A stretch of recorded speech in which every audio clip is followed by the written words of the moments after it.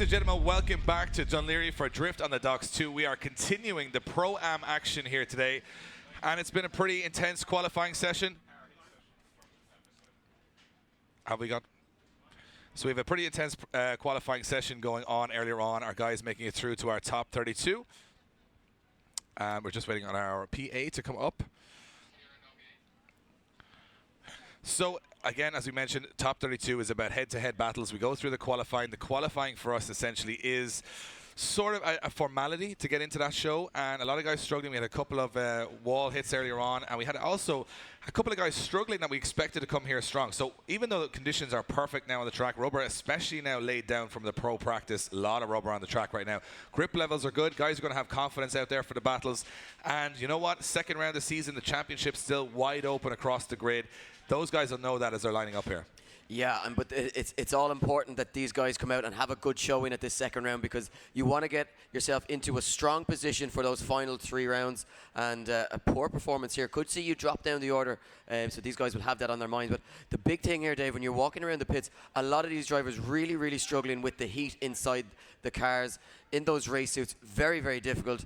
And could we see drivers just battle a little bit of dehydration towards the end of the afternoon here? I think it could be a case of who can... Could we see a driver melt into the ground? Possibly not, no, possibly not. But, you know, a lot of concentration needed. This is quite a long circuit when you think it's 2 loops of the figure of 8. A lot of concentration needed, very tight and technical. And well, as I said, it is unusual for the Irish Championship to have such a sunny, beautiful day and such heat. I know from the championship we ran in the Middle East in the Emirates Drift Championship that there's probably guys looking at this on live stream going, ha, heat. But Irish people don't, you know, we're getting the farmer's tan on this weekend. Everyone is having a good time. Ice cream is everywhere.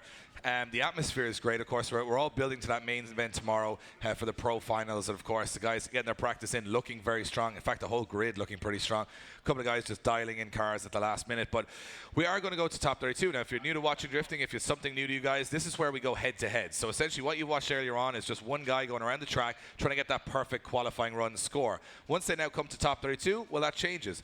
Each driver will take a turn at lead and chase, and it's going to be sort of a head-to-head battle, knocking everybody out until we have one winner at the end of the day. Now, the guy to watch will be in the first battle, Lee Scott, because, of course, he is undefeated in Pro-Am competition both in Ireland and the UK this year. But we know the lead driver is going to do his qualifying run, as we saw earlier on. But what is the chase driver going to do? It's probably best to get that from the judges themselves. So what we're going to do is ask Kevin O'Connell, one of our judges. Kevin, we've watched what the lead driver is going to try and do here as the qualifying run, but what's the chase driver trying to do here? What's going to score highly with you guys in the tower? Yeah, thanks, Dave. As you said, it's very, very important here for the lead driver to run the correct qualifying line. Without a good lead run, we really can't have a good battle here. So we want the lead car to maintain that outside qualifying line the entire way throughout the track. But what we're also looking then for is not just proximity from the chase driver, but proximity while sticking it to the lead driver's back wheel to our door. We don't want them riding up too much onto the lead driver's front wheel, because that actually shortcuts the track slightly. Because we're looking for all outside lines here, they're actually making the radius of the corner much smaller, making it easier to maintain that proximity. So what we really want to see is the chase driver sitting on the lead driver's door and really maintaining proximity all the way throughout. So there you have it from our judges, and as we say, battle action is really what drifting is all about. We just do the qualifying just to pit these guys up in an order against each other, and obviously highest qualifier will now battle against lowest qualifier, and then the rest of the battles are organised in a mathematical way that I'm not even sure how it works, Dave. We don't need to know, Ed, because they just keep coming and we keep talking about them. That's how it works. So we're ready to bring the first battle to the start line. Tomorrow, we were just saying, tickets still available on the gate for standing only tomorrow. If you want to come down, rock down and watch the action here. Amazing setting. Last time we'll ever be here, so you don't want to miss it. Here you go. First battle up. It's Lee Scott versus Keith Bart O'Shea. As you can see, very similar horsepower. Experience leads you to believe that Keith Bart O'Shea comes in as the favorite, but the form that Lee Scott is on this year hasn't even been touched in qualifying or battles at this point. So a big task for Keith Bart O'Shea here to take down the current leading driver in the championship, both in Ireland and the UK. Yeah. So insane. Yeah, you know, you talk about experience, Dave, but you know, at the top end of competition, Lee Scott brings a wealth of experience to the table. In his short career, he is no stranger to podium finishes, and he is just unbeatable at the moment. Keith O'Shea is going to have to be at his very, very best to try and keep with Lee Scott here. And Lee Scott in that lead position, he has his line dialed in. I expected him to be very, very quick around this circuit. Yeah, it looks like we are ready to send cars for the start of competitive action here at Drift on the Docks 2. Lee Scott to lead him in that BMW. Keith O'Shea to follow in the... And Keith O'Shea's giving it a go here, getting nice and close. Yeah, Bart right there with Lee Scott from the off. Can he keep with him? As Scott doing a nice job keeping to that outer line, but Bart now starts to lose a little bit of ground as he just gets caught up in the smoke from Lee Scott. And Lee looking really, really quick now as he just puts foot to floor, and Bart just doesn't have an answer, starting to cut the track to try and close the gap. And as they cross the line, run one in the books for IDC Round 2 Dunleary. And you know what, Dave? I think the advantage is going to be in the favour of Lee Scott after that one. I would imagine so, and you know what, it's a very fast BMW, but it's also the way he's driving it. If you use the outer line here, this is an interesting thing to think about. Yes, you can shortcut the track if you're staying on the inner line, but if you're on the outer line, you're faster through the transitions because you're building up that momentum from the outer arc. Now watch this, he's on an outer arc, Keith O'Shea dives in. As Lee Scott transitions here, you can see Bart kind of caught behind him, and that's all it takes on the circuit, which is such a constant radius and a constant set of speed around the circuit. Losing a driver 4 or 5 car lengths, it's very difficult to catch that back up without actually diving straight across the track and slowing up again. So staying online is so important. Yeah, and that's why the judges spoke about not deviating off the qualifying line in order to get that proximity, because you can, and it was a great example of how you can get caught in the middle of the track with the lead driver now transitioning back. So we are good to go for the second half of this battle. It will be Keith O'Shea to lead them in this time around as we switch it up. Lee Scott to give chase. And the important thing here, Dave, Lee Scott, the faster driver, he's going to have to try and negotiate a slower car in front of him while battling the different grip levels that we have on this circuit. Keith O'Shea not doing too bad a job. You just see Lee Scott keeping that proximity, not being overly aggressive here, doing just enough to keep the pressure on and stay in the fight here as they switch it back and out onto the wall. And you have to say a very, very sensible run there from Lee Scott as those drivers cross the line. But a good put in from Keith O'Shea in that lead position, and certainly giving himself a stake in this one. So we got to get a judge's decision, Dave. Yeah, the judges will make their call. They will slide left or right for their favorite driver on our graphic system, and we'll let you guys know. Is it going to go for Keith O'Shea or Lee Scott? Judges' scores drop in. And there you have it. Winning the battle is Lee Scott. Lee Scott goes through to the top 16, and it ends there for Keith O'Shea. A pretty obvious one from the judges. Much more proximity from Lee throughout the whole circuit. And you know what? A masterclass on both runs, essentially. So too many errors from Keith O'Shea, even in the lead position coming off that line. So, yeah, and that win streak for Lee Scott continuing. And, you know, it begs the question, Dave, what's it going to take down this young man? Hasn't been. I mean, him and Dwayne McKeever in their, in their own class haven't been beaten this year so far. So that's an amazing thing. But next up, we move to two guys looking to make a name for themselves. Graham Holden, very strong performance at round 1 in the Irish Drift Championship. Paul Kennedy, a little uncharacteristic bad form at round 1, trying to rectify that here at round 2. It will be Graham Holden in that red S15 fronted S14 to lead him in, and it will be Paul Kennedy in the Z-Tech BMW to chase into the first corner. Paul qualifying a little bit down the order, but can he get on the door as they come through the gears? Yeah, these guys qualifying side by side, 16th and 17th respectively, so you have to feel there shouldn't be too much in this one. Both drivers on similar form, and this shaping up to be quite an impressive run from both drivers as Holden nailing that outer line and Paul Kennedy just keeping a sensible distance behind, not getting caught up, not being overly aggressive as he tags the wall just towards the end. Really good showing from Graham Holden and Paul Kennedy. They make their way back to the line, and you know what, Dave? Not a whole lot in that one. No, and you know what, Paul Kennedy did a great job of staying sort of on a minimal angle to stay with Graham Holden. He sacrificed that big angle to stay with him. He's got great proximity throughout the whole run. Holden, though, as you know, Kevin O'Connell previously said, you can't have a good chase run without a good lead run, and Graham Holden did a great job of staying to that outer line, leaving Paul Kennedy that room to make those moves. And as he gets to the end of the run, Holden finishing strong by getting out nice and close to the outer line. And as they finish over the finish line, I'd say Kennedy maybe taking a small advantage in this one, and the ball now very much in Graham Holden's court. He's going to have to go close here. Yeah, you're going to have to see that red car right on top of that white and blue and orange car from the off here. You're going to have to see him very, very close. And that's the thing that's going to separate them here. Oh, Yeah, looks like, just a little bit eager there from Paul Kennedy. And we noticed earlier on this morning, Kennedy looking extremely quick around the circuit. And without a car in front of him, will he be able to pull a gap? But look at this from Graham Holden. Oh, Holden gets over aggressive and forces him or makes a mistake. The judges will need to look back on that one just to see was there any slowing. Of course, a slowing section of the track at that point as well. Now Kennedy switches it back to the final sections of the track. And I think that error is going to be the difference between these two drivers here, Dave. I would imagine so. I mean, the judges will look at it and say, was it an issue that Paul Kennedy had created? But if it's not, it's going to be obvious that whoever gets the win here. But as you can see, as they come through the first corner, you know, it does look like Graham Holden. You know, does Paul Kennedy slow up? Does Graham Holden get caught off guard? I mean, these transitions are going to play a big factor right throughout the weekend of who's going to win or lose these battles. So from where I'm saying, the judging decision will decide this one. It'll make it very obvious of which is the obvious call. Is it an obvious call or not an obvious call? So we don't know. Let's see it. Sliding left for Paul Kennedy, right for Graham Holden, who's going through to the top 16. And there you have it. Paul Kennedy gets the win and goes through to the top 16. And the obvious call was the right one. Graham Holden getting too aggressive in the chase position and getting himself caught on the inside of the circuit and spinning almost out was the defining factor in that one. And Paul Kennedy, his look turning here, Eddie, getting into the top 16, moving along. Lee McFadden, Shane Reedy, both drive one hitting the wall at round one in the wall at round two. These guys no stranger to impacts, but I definitely think this battle will have plenty of impact. Two young guns trying to make a name for themselves here in the Pro-Am class. McFadden in that bright orange S14, Reedy in the black 180SX on the left of your screen.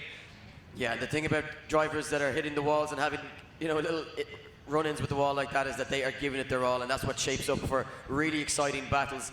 We got McFadden on the right, lined up. Yeah, Shane Reedy beside him on the left. And he has a big impact with the wall. It's right, you can even see it. I'm not even sure of how aligned the back end of that car is. It does look like the wheel is facing a peculiar way on the back of the car, but again, that's all the parts they had. Changed the lower wishbone and some arms before. Qualifying looks like they're ready to get going on the start line here. It'll be Reedy to chase in McFadden. Yeah, they've had a little bit of extra time now to try and make any adjustments to that car, but it just looks as though Reedy doesn't have the answer for McFadden so far. Now look at this, trying to cut the circuit a little bit just to gain that proximity, but just not able to do it properly. The line here from McFadden is really excellent as he brings it up right out to the walls. Reedy starting to close the gap now in the final sections as he dives down the inside onto the wall of McFadden. And as they cross the line, guys, put your hands together for Reedy and McFadden. Yeah, good run for both drivers. Two young guys trying to make a name for themselves here, but you have to feel, Dave, maybe that car not hooking up for Reedy quite the way he wanted it to after that incident this morning. Remember, of course, if you want to come down and watch the action here, we are allowing people in at the gate tomorrow for standing room only. If you're in Ireland and you see the weather we've got here right now, you got to be here tomorrow. It's insane. These guys just putting on an incredible show right from the bottom of Pro-Am all the way to the top of Pro. So first run, pretty solid from both guys, really doing a good job. He's a little bit on the inside of the track without getting super proximity there around some of the sections, but and McFadden missing a couple of clipping zones. So judges will be discussing that, I would imagine, pretty even after the first run. Yeah, and talk about tickets being on sale at the gate. We had a random visitor there earlier on, Dave, just in the break when the pro practice was on. We did. I was showing Conor McGregor's dad around my Mobil 1 Mustang earlier on. That's how random this event is already. He said he was walking by, just heard the noise and he had to come in. He said it's the best thing that he has seen. He just thinks it's absolutely crazy. Possible that Conor McGregor could be down here tomorrow with his father. The voice is going already. You got excited yourself, Ed. Yeah. It's possible. We might do some passenger spins tomorrow. Let's see what happens. Here we go. But what happens now is, can McFadden chase in Reedy? Yeah, look at this from McFadden all over the back of Reedy as Reedy just struggles to get to that wide line. But look at the aggression here from McFadden. No contact. Bumpers lost. And they shut it down. Fadden into the back and we obviously can't hear what the judges are saying, but what I did hear Kevin O'Connell was say 100%. So someone's at fault here, whether it's Reedy or McFadden. Was McFadden too aggressive? Maybe he was, as Reedy comes through here. Yeah, it looks like Reedy does let off the throttle there. Yeah, it looked like he was having issues even as they entered into that transition area. On and off power and slowing in an acceleration zone. Watch Reedy's, the rear wheels on Reedy's car. I know you guys here in the tennis can't see it, but he does come through the transition. He's not on really full throttle, not a lot of smoke from the back of the car. And it's all about here. When he transitions back, does he go back on throttle or does the car slow up? You just see the car, hits the hydro or hits the brakes, and Yeah, a little bit of a shunt there in the back from McFadden. So it was a tough one for the judges. I'm glad, of course, next week in Teesside Autodrome I will be judging the British Drift Championship, but today I don't have to worry about it, and I'll keep my opinions to myself on which way the scores are going to go. But let's see it. Sliding left for Reedy, right for McFadden, who's going through to the top 16. There you have it. Lee McFadden goes through to the top 16. Lee McFadden gets the win. And we're going to come back to our judges for their first explanation on that one. A difficult one, guys. Yeah, realistically, it just all comes down to that contact there and transition. We had a look at the replay and we could see there that Shane just completely shut off and then Lee hit him. So there was no, I'm not sure if something was wrong with Shane's car, but complete loss of drift there by Shane and contact as a result of it. So it was his fault and Lee gets the win overall. So there you have it, and that's what the judges are watching out for. One mistake like that can knock you out, Eddie, and it goes to show you got to stay fluid, stay drifting. Trevor McInerney goes up against Kevin Kilgariff next. Kevin Kilgariff in that white BMW. That is diesel-powered, a diesel-powered BMW going up against Trevor McInerney 2JZ, more conventional setup in his PS13.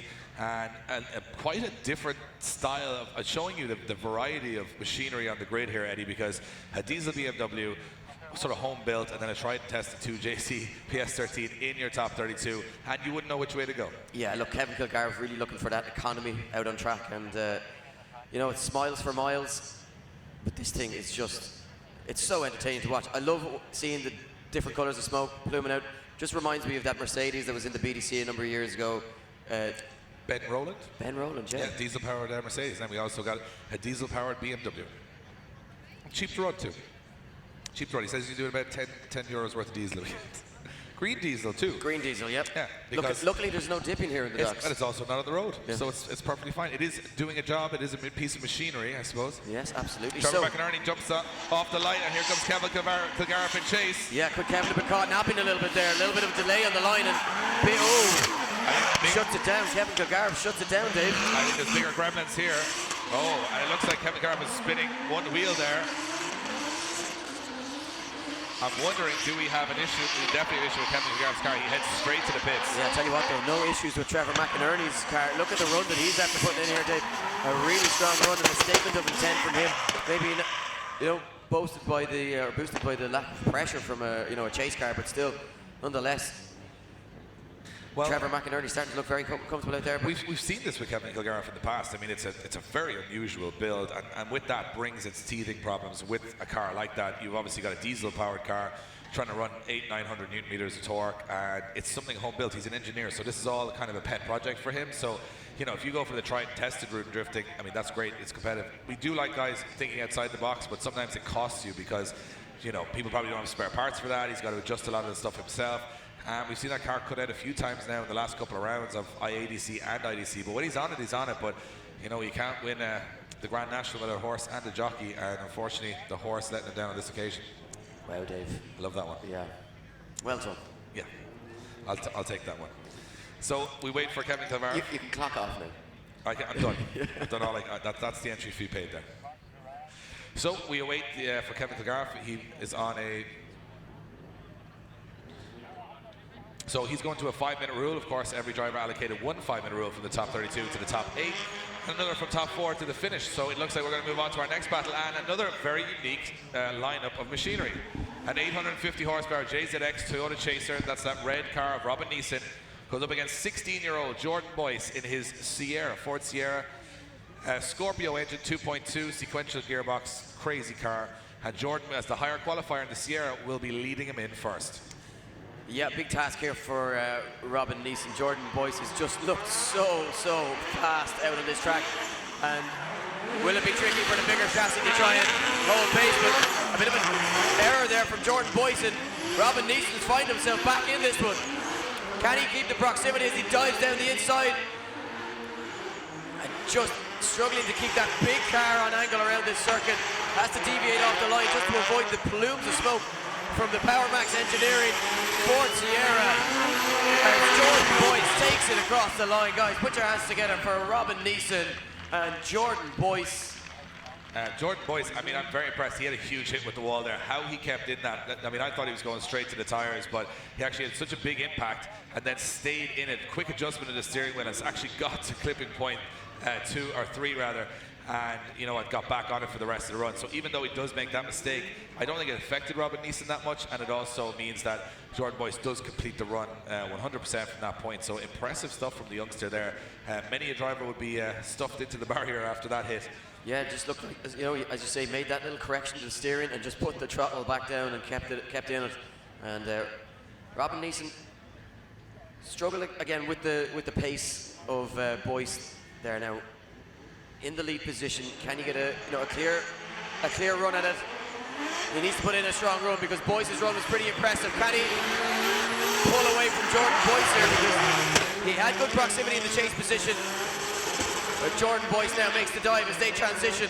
Neeson getting right out to the wall, foot to floor, sending out the smoke signals as Robin Eason. And as they switch it back into the final sections, we see one final dive from Jordan Boyce as they cross the line. Yeah, story there. I mean, look, to be honest, while it did look like Jordan Boyce didn't get in that, Robin Eason's line was pretty poor. He was staying on the inside of the track. He wasn't getting out to clipping zones.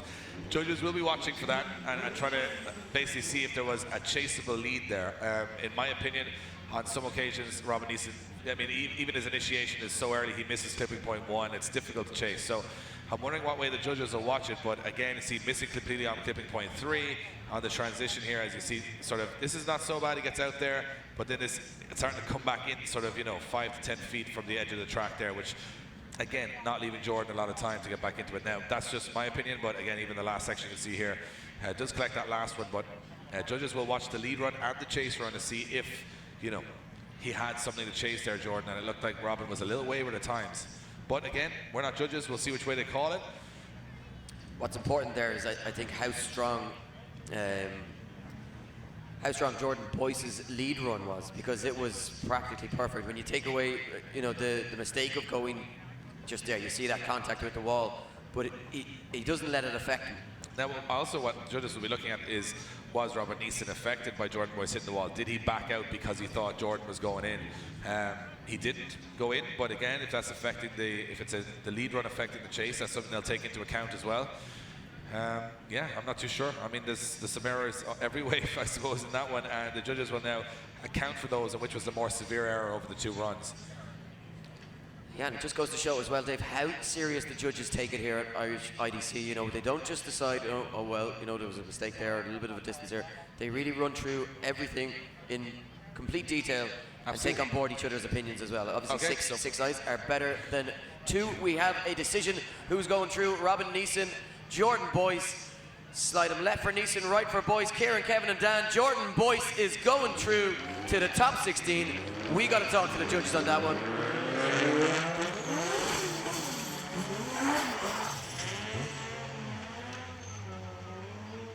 Yeah, you can see there in the pits, the story is that Kevin Galbraith is out of the competition. You can see, round of applause for Kevin Galbraith, guys. You might hear you out there in the pits. Unfortunately, out of competition. But we will go back to the judges. Sorry, guys, for interrupting, for the explanation on the Jordan Boyce Robin Eason battle. Yeah, the first run there, Jordan had a strong advantage because Robin made quite a few errors on the rear in the chase position. He had a little straight there coming out to 5, and he stalled up again after the second transition, and he was offline quite a lot. So good few errors there. So it was a 7-3 in the first one. The second one, Jordan didn't really bring the battle. Didn't get proximity, but he was chasing a line that wasn't ideal either. But the separation still gave Robin an advantage. The second one was 6-4, but not enough to overturn the first one. So there you have it from the judges. We are now moving on to another mismatched battle. So of course, naturally, you'll always see a rotary go up against Brett Van from the 1980s. That's just general here in the Pro-Am. It is Nick Wheelie and Alan O'Neill. Alan O'Neill in that sort of burnt red, orange RX-7 rotary. He goes up against Nick Wheelie in that bright blue Toyota Corolla van, which has a 1UZ V8 under the bonnet. Very interesting setup on both cars, and one of those this is roll of the dice here. Nick Wheelie returning to competition this year, going up against Alan O'Neill, one of the steadfast guys in the Pro-Am class. Let's see how it goes down. Yeah, Alan O'Neill looking very comfortable on this circuit as well today. Little weight transfer entry. But what's Nick Wheelie going? Look at this, Nick Wheelie making the dive down the inside here, trying to force an error from Alan O'Neill, but O'Neill sticking to that wide line, Dave. You can just see doing exactly what the judges want, but you can't. Oh, big contact with the tyres as Wheelie looks to transition back. And lucky, you got to say, Dave, lucky that there wasn't more of a bang there, because tyres scattered everywhere. Yeah, got very much lost in the smoke there, and actually took a tyre with him in the rear of the car as well. That was a big impact from Nick Wheelie. Just might have just taken his eye off the prize there on where that inner pole was on the track, and obviously was chasing Alan O'Neill pretty wide. And it is one of the more sketchy parts of the circuit. Drivers well briefed on it this morning, but watch this, he just gets clouded a little bit in the smoke, I think, as they come through, and makes a pretty severe impact with that tyre bale. Boom. And of course those tyres there for that exact reason, that they don't hit the concrete there. So even though there's a little bit of damage to Nick Wheelie's car, I think he's had 3 or 4 impacts now with the wall today. Yeah, and to be honest, there must be solid concrete in the back of that car, because it's not too bad. Considering how bad it looked, minimal damage to the rear end. Yeah, and of course we're going to need a little bit of a clean up on aisle 9 here as we repair that tyre belt. That's of course why those tyres are there, just to deflect the impact if they do come in contact with that concrete pole, and that ain't moving. I'll give you that. You want to be hitting that pretty hard to knock that pole down. So yeah, that pole designed to take impact from a ship. So exactly, or a truck. So they the guys there are working hard to make sure those tyres are back in action again. And of course that's just to deflect it. It's obviously a bounce away. Yeah. So while we repair the track quickly, we are going to talk a little bit about our next event in the Irish Drift Championship. It's taking place on the 30th of June and the 1st of July. It is the biggest prize in the history of Irish motorsport for a one-day event. Somebody's going to win €20,000 on track in drifting, highest prize as far as we are aware worldwide. And what we're going to do is we are going to show you so if you guys at home, while we clean up the track, here's a little taster of what's coming on July 1st. Moments. They are why we watch. They are why we cheer. They are what makes this sport what it is. But these incredible moments were created by pride, not reward. They promoted national stars, but didn't change their personal circumstance. What if one event could change their lives? What if the reward was worth more than just pride? Can you imagine the moment that would create?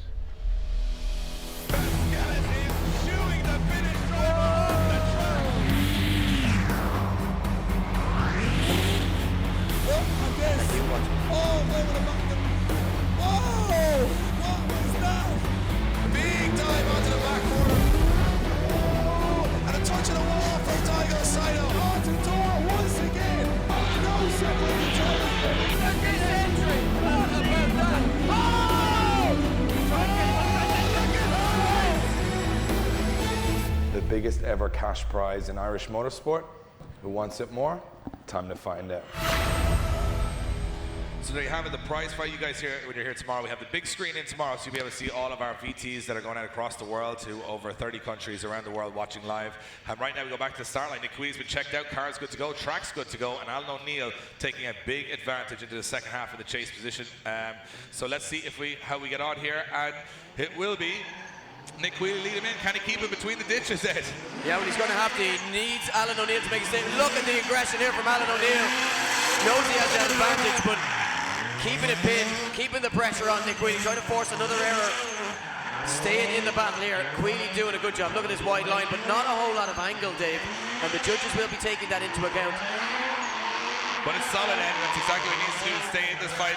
Still going to those tires. No fear whatsoever from Wheelie. Yeah, it's almost like he wants to make contact with them as they cross the line for the final time of the 2 runs. Yeah, and it looks like Wheelie keeps it on the track. Alan O'Neill, though, doing enough there, I think, to stay in the fight and get the decision more than likely to go his way, with Wheelie having a huge impact on his chase run. Let's see which way the judges go. It will be for a spot in the top 16. Slide him left for Wheelie, right for Alan O'Neill. And going through to the top 16 is Alan O'Neill. Alan O'Neill gets the win and goes through to the top 16. Nick Wheelie, guys, give him a round of applause. Brave display this weekend. He's hit every panel on that car off something, and it's all in the name of trying to get as far in the competition. And I'm sure, a couple of hits with the hammer and that thing will be back out again for the next round. A pretty obvious one for the judges, obviously. A 10-0 against Nick Wheelie on the first run, not to be overturned by any result on the second. And we move him along. Yeah, we're moving along to a very interesting battle. Terence Fury taking on Francis O'Shea, newcomer versus a guy with a wealth of experience here. But the higher qualifier, Terence Fury, going to lead in Francis O'Shea. And Terence qualifying up in 5th position. And you know what, a relative newcomer if you're watching IDC, but when we watched this guy in the IADC last year, it was incredible. Yeah, and that, you know, we've seen so many drivers make a name for themselves, come through that IADC championship, and then, you know, once they come into the Pro-Am level section of competition, they're battle-hardened, they're experienced, they've made it all the way to finals, they've dealt with that pressure, they've made it onto the podium, and they're well able to come up against some of these guys that are more experienced and that have maybe, you know, not had that success in recent times, or maybe feel the pressure a little bit more because all these young guns are coming in and stealing their thunder a little bit, Dave. Yeah, and of course with Terence Fury, I mean, there's also a lack of fear. There's, you know, there's also a hunger to get straight up the ladder as quick as you can. And if you've been in that Pro-Am grid like France has for a couple of years, you know, you've run through the motions, but you've got to sort of pick yourself up and say, I'm not going to let these guys pass me out. I've got to go out there and put a fight on. That's exactly what we're about to see now. Yeah, so Fury leads them in. But Francis O'Shea struggles to get that car on angle. Very late initiation. Looked like there may have been an issue there for him. And hangs back, really struggling now. But Terence Fury puts the foot to floor, and look how quick he is as he transitions through that midsection of the figure of 8 across the line. Francis O'Shea just not having an answer, Dave.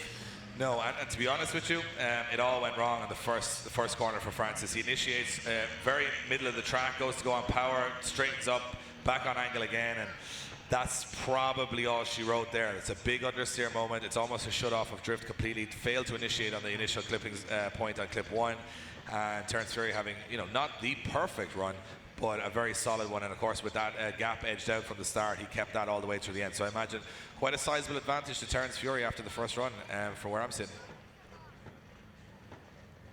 So you can see, if you're watching at home on the live stream, just the smoke sitting just on the track a little bit. So we got to wait for that to clear. The guys have been sent back to the start line. They are ready to go. As always, Francis O'Shea will now lead. We switch it up. Terence Fury is going to have to chase. Francis O'Shea, Dave, needs to pull something out of the bag here because that was a really strong run from Terence Fury. It's going to have to be an incredible lead run from Francis O'Shea in that white S15, and he is going to have to do everything perfect. Terence Fury, if he puts a little bit of proximity into this run, he'll take it home to the bank, but does he play it a little cautious? Let's see which way he goes about it. Yeah, I don't think he can afford to be too cautious with this one. It still hangs in the balance, but Francis O'Shea now. Hard to see from our point of view whether or not he got out to those outer zones, but certainly doing a really strong job now. Has that line dialed in. Oh! Big aggression there from Terence Fury as he's all over the rear end of Francis O'Shea, and as they cross the line, we wondered, was Terence Fury going to hang back? He certainly didn't, Dave. He put it all on the line to try and entertain the crowd here in Dunleary. He certainly did that, and he took a little bit of white paint home with him for good measure as well. It didn't look like it affected. You can see Francis O'Shea's door actually suffering that tire mark from Terence Fury, and that goes to show how close these guys are getting out there and how aggressive they're going. But let's see if the judges have a decision on this one of who's going to go through. Will it be Francis O'Shea? Will it be Terence Fury? Going through to the top 16 is Terence Fury. Terence Fury gets the win and goes through to the top 16. And that's all going to come down to that big mistake from Francis O'Shea on the first run, as far as we're concerned, Eddie. You know, you can't be making errors of lack of drift at this level. And yeah, a couple of Terence, as you mentioned, didn't have to go that aggressive in the second with that advantage, but did. So a solid win for him there. Yeah, good win there for Terence Fury. We move on to our next battle, which we'll see Jack Shield take on Dean Crozier in a battle that I'm very eager to see here. Dean Crozier struggled with a couple of mechanical issues. That car just not running right for him this morning. I wonder have they fixed it. He ran the whole of second half of qualifying on a huge misfire, so hopefully they've eradicated those problems. And Jack Shield coming through now from the Irish Amateur Drift Championship. He's up against it here. He's actually the higher qualifier, but is the underdog. It's a strange one here. He's in that BMW out front. Yeah, Lisa, it looks as though Crozier just doesn't have to go in the car. Car not working at all for him as he just drives the lap, and I feel that'll be all she wrote. I'm not sure if he'll even bother coming out for the second half of this run as he, yeah, you can see just bows into the pits. Just going to conserve the engine and not try and do any further damage to it. But Jack Shield could be taking it into the top 16 here in Dún Laoghaire as he crossed the line with no issues. Yeah, so the man that couldn't make round one because he was in Japan now takes, I would imagine, well, we'll see what happens with Dean Crozier. Is he going to qualify?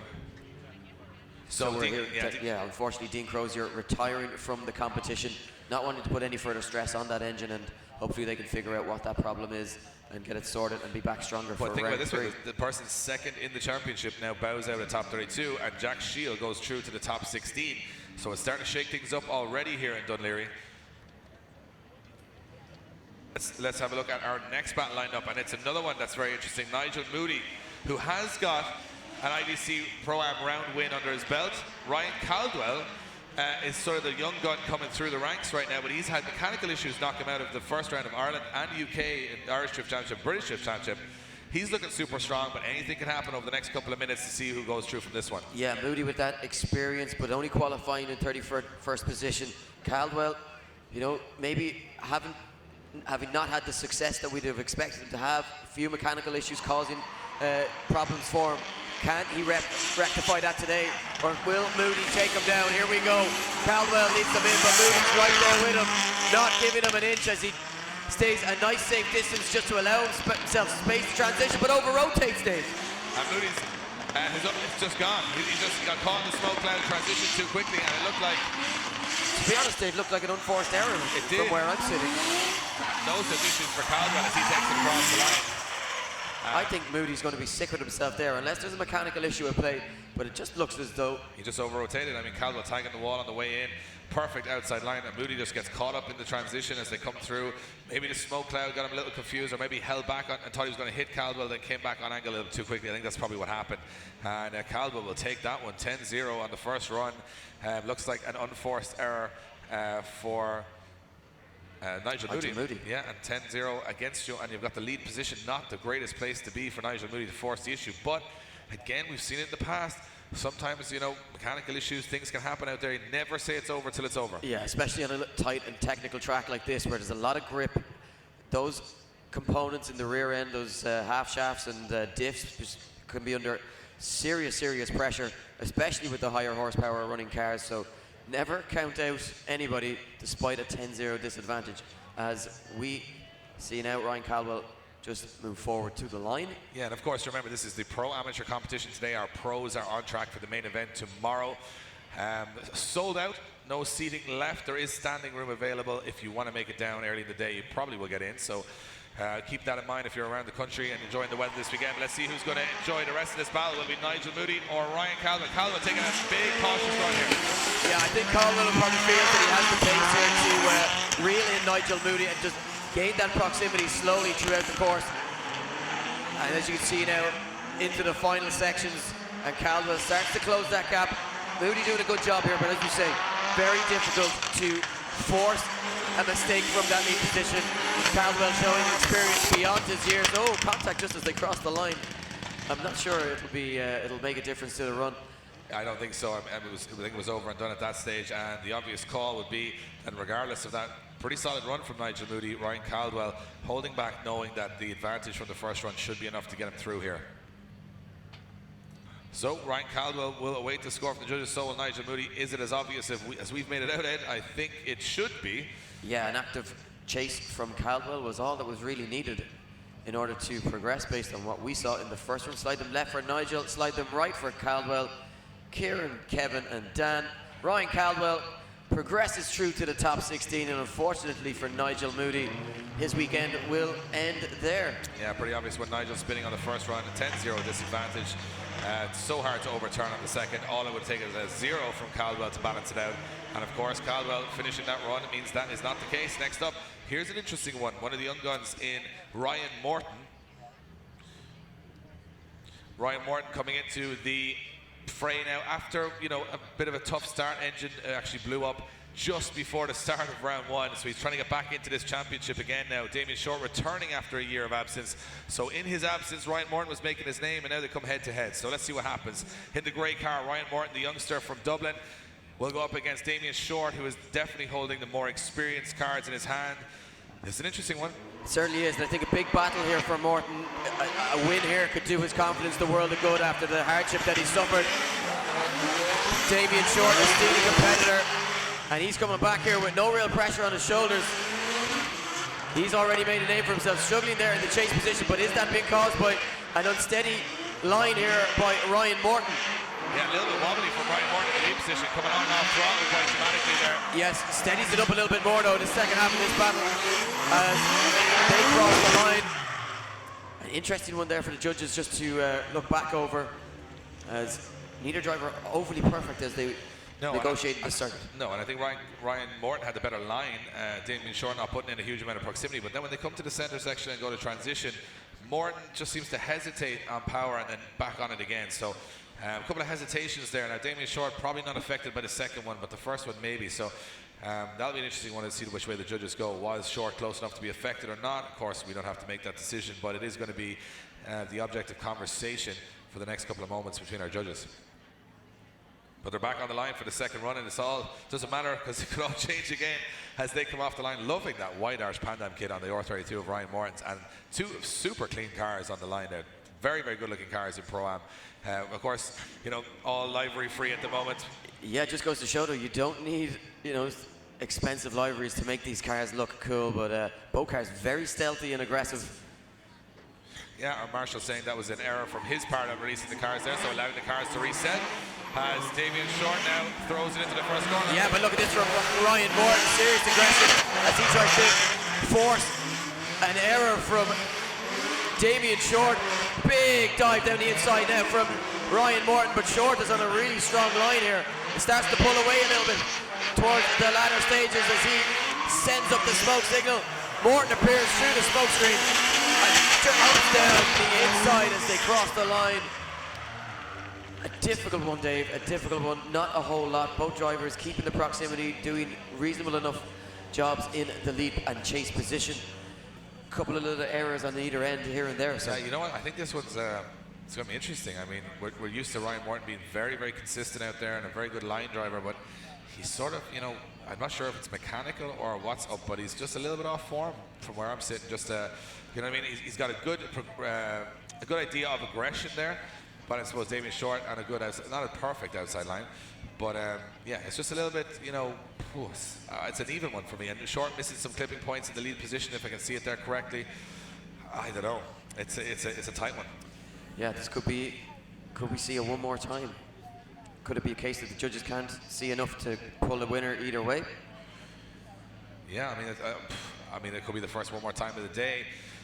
But I think, you know, the judges' scores will reflect quite a critiqued analysis, because I think there's a lot of errors there on both sides across both runs that essentially, for me, will have been counted up. So scores are in. Which way is it going to go? Will it be Morton? Will it be Short? Who's going through to the top 16? Yeah, it looks as though we have a decision. Yeah, scores are in. It looks like indeed it is. It's a one more time between Damien Short and Ryan Morton. A one more time called. Nothing to separate them, guys. Yeah, it was a tricky one to call there.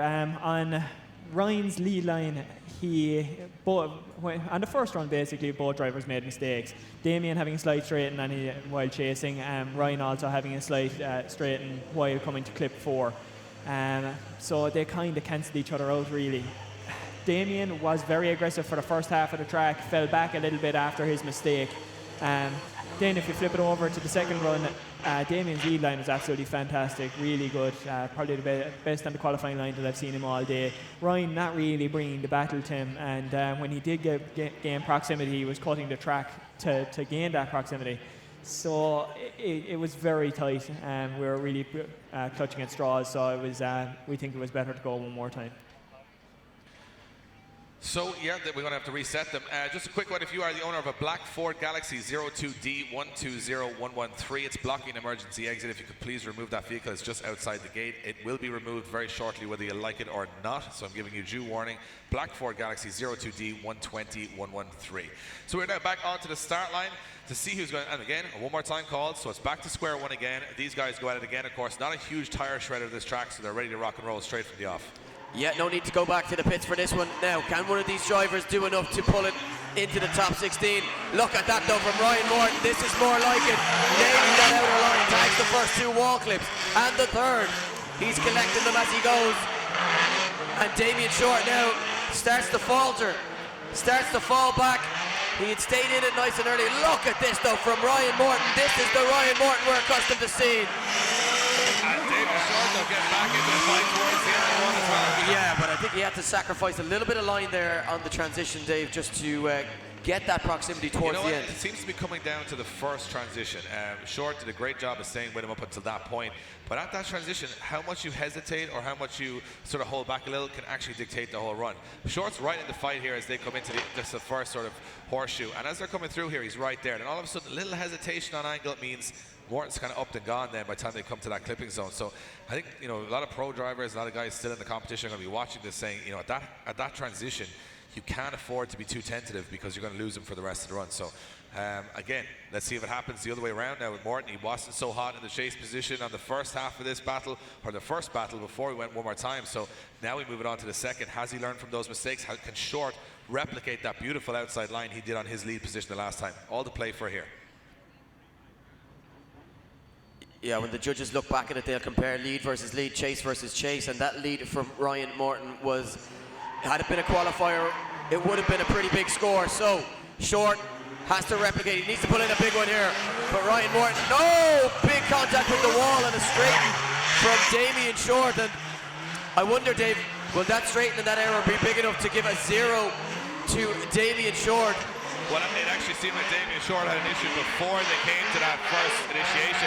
He sort of couldn't get it into gear or couldn't get the car to go on the run-in, so I'm not exactly sure what happened.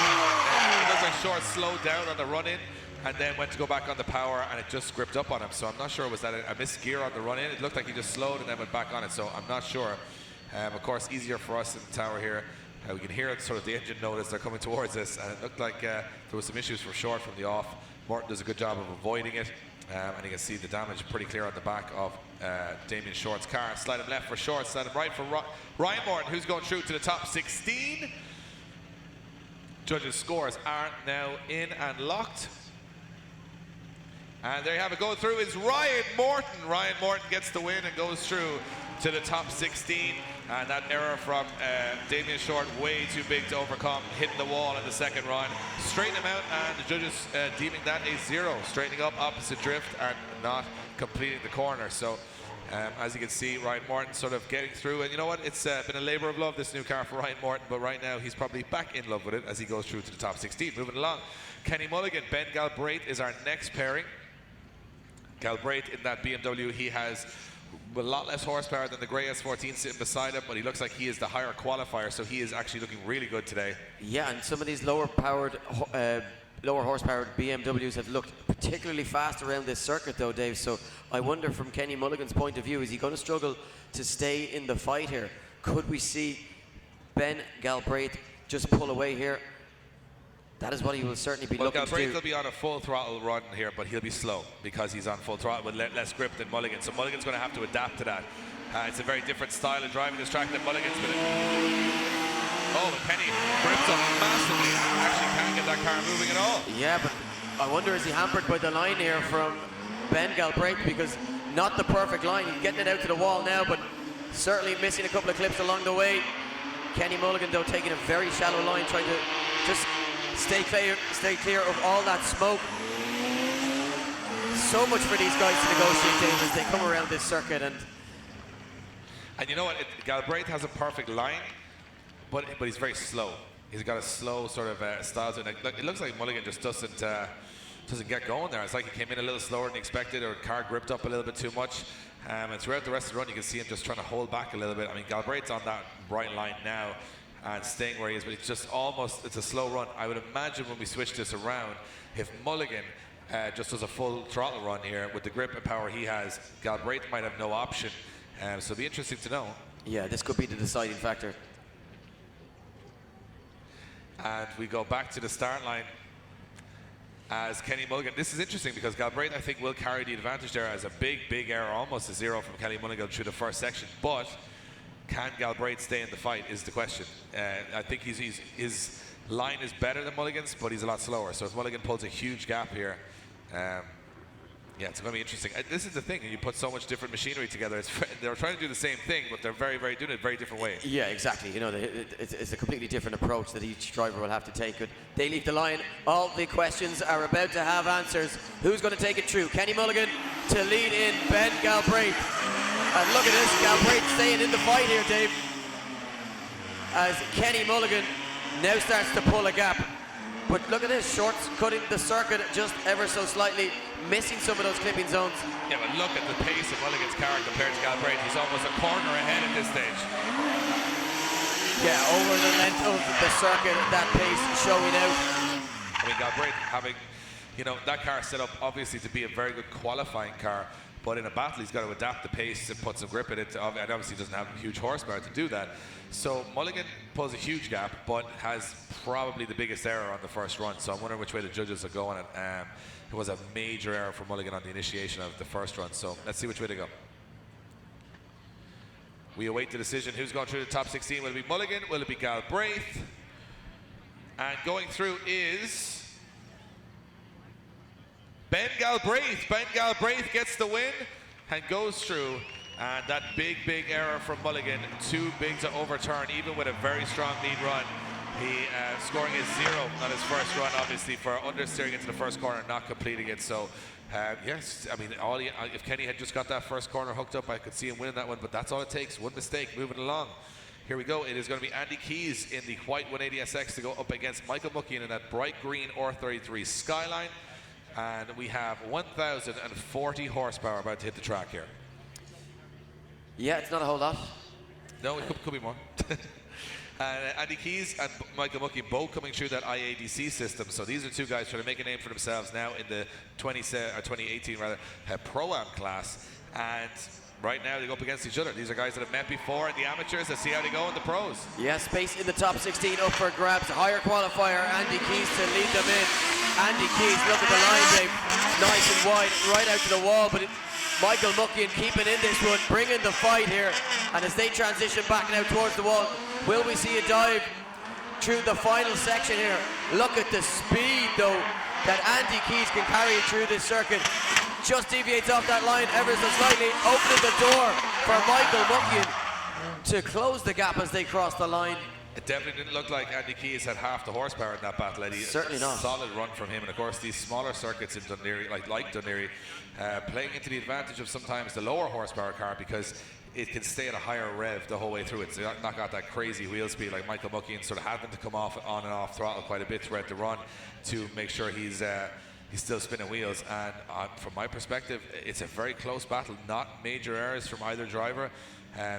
Amazing to think these guys were amateurs just a couple of months ago, and they come back out here and look as good as the pros. That's incredible. Yeah, setup as well, obviously very important on tracks like this, because even if you're giving away a slight horsepower advantage or disadvantage, if you have your car set up so that you don't have any gear changes and that you can comfortably take the track in second gear or third gear, and your competitor doesn't have that same setup, you can have an advantage in that way as well. So lots of different nuances, yeah. You know, and different things that these drivers are up against. For sure, and we get off the line again as Muckian now leads in Keys. Yeah, Muckian in that lead position now. And bringing it right out to the wall, but getting very wide there, which will make his transition quite difficult. Not the line the judges would have been wanting, dropping wheels, and the errors really starting to creep in to Michael Muckian's run here. But Andy Keys just keeping that proximity, keeping it consistent, and staying in the fight, and a straighten from Michael Muckian just as they look to cross the line. And as they line up in front of the judging tower, we'll await the decision. Who is going to be taking it through? Will it be Andy Keys? Will it be Michael Muckian? Yeah, decision being made from the judges. Who's going through? And it is going to be Andy Keys. Andy Keys gets the win and goes through to the top 16. Michael Muckian eliminated at top 32. Back to you guys. Talk us through that decision. Hi Dave, yeah, it kind of comes back down there. To be honest, Andy had a decent lead run there. Michael was a little bit offline in the chase. He was sacrificing a good bit of the line to maintain proximity. As he comes up past clip 4 up to clip 5, he starts to shallow up his angle an awful lot. I think he kind of thought that he was going to hit the wall. So really the proximity was gained through sacrificing line more so than actually through drifting. So in the second run there as well, like Andy had a great chase run. Michael had a massive mistake coming up past clip 7 here where he over-rotates and nearly completely falls off of the track. Andy done very well actually to keep chasing him in the position that he was in. So Andy Keys there all day. So they have it from Dan Moorhead. Andy Keys all day, and he goes through to the top 16. And another thing to note, Eddie, is that we have, you know, a full day's action tomorrow in the pro class ahead of us. As I said, this is the last time we'll ever do an event like this in your lifetime. I don't know if you're in Ireland tomorrow, if you're watching on the live stream. This is one of those moments people look back on and say, you know, they're only saying this, but this is the last time we'll be here. And this is the last time you can say you were here. And we've got an incredible grid of pro drivers tomorrow coming out here to absolutely wow the place.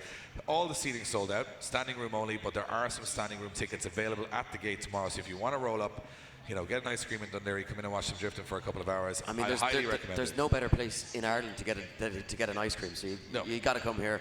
I mean, it's the perfect setting. And you know, we talk about these one-off events. We had it in Mill Street in Cork.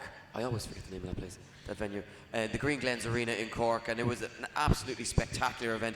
We had it here in Dunleary last year, and it was, you know, the level of competition here was just wowed everybody in attendance. And it's going to be the same tomorrow. We were watching pro practice earlier on, and Kevin Quinn mounted Chris Burnett's car. I was just about to say, that could have gone bad, that sentence now, any other way. But yeah, no, it's been a bit of... I mean, the sheer aggression, it was unnecessary almost in the first run of practice, and these guys were just forcing it. It means so much to them, and on this tricky little circuit, you don't know what's going to happen. Could be absolute carnage tomorrow. We're promised sunshine.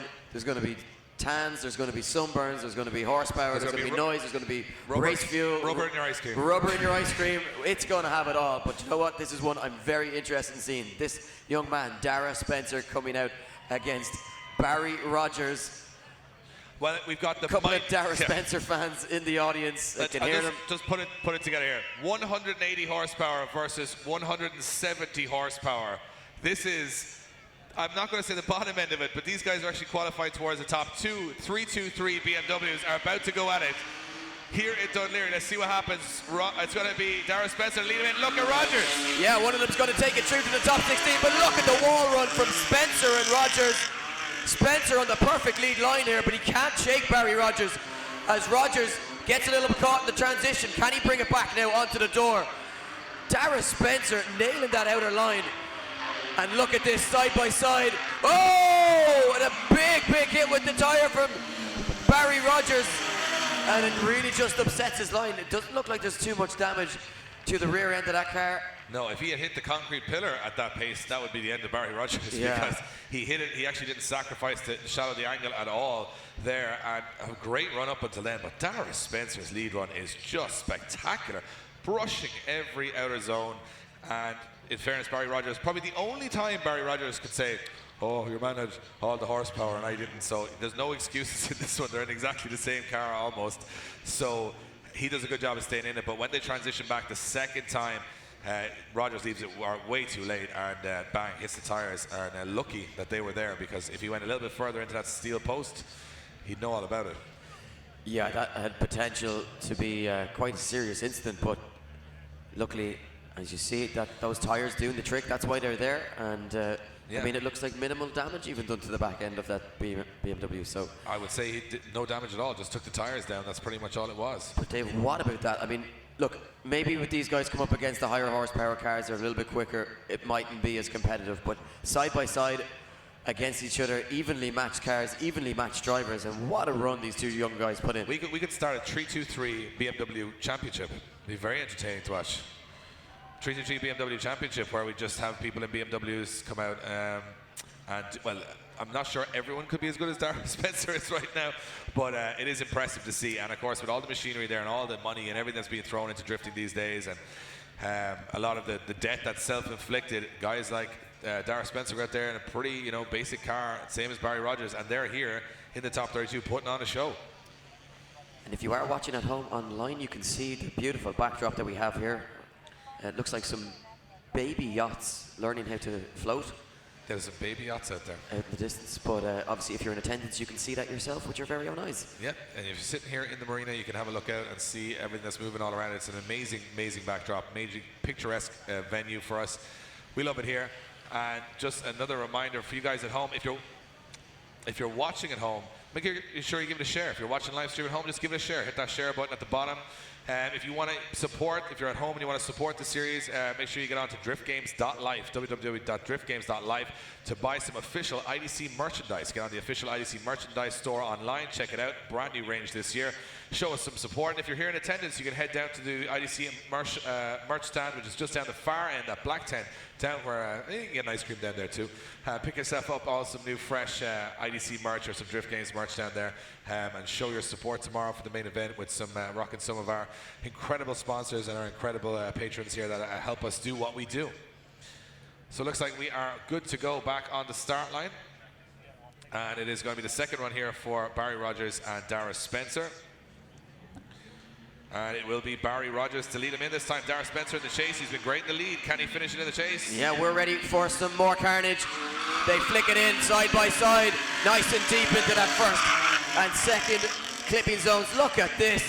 Not an inch given between either of these two drivers. Side by side the whole way around. And Barry Rogers doing everything he can here, keeping it pinned. Look at the line, Dave. Incredible stuff from guys that only a few months ago were amateurs in the sport, nailing the walls, nailing the lines as they cross the line. Dunleary, show your appreciation to Dara Spencer and Barry Rogers. A shame that one of these guys is going to have to go home, but a position up for grabs in the top 16 for the victor. I would go as far as to say that both of these cars are probably weren't the same as a sequential gearbox. Like, just take that in for a moment.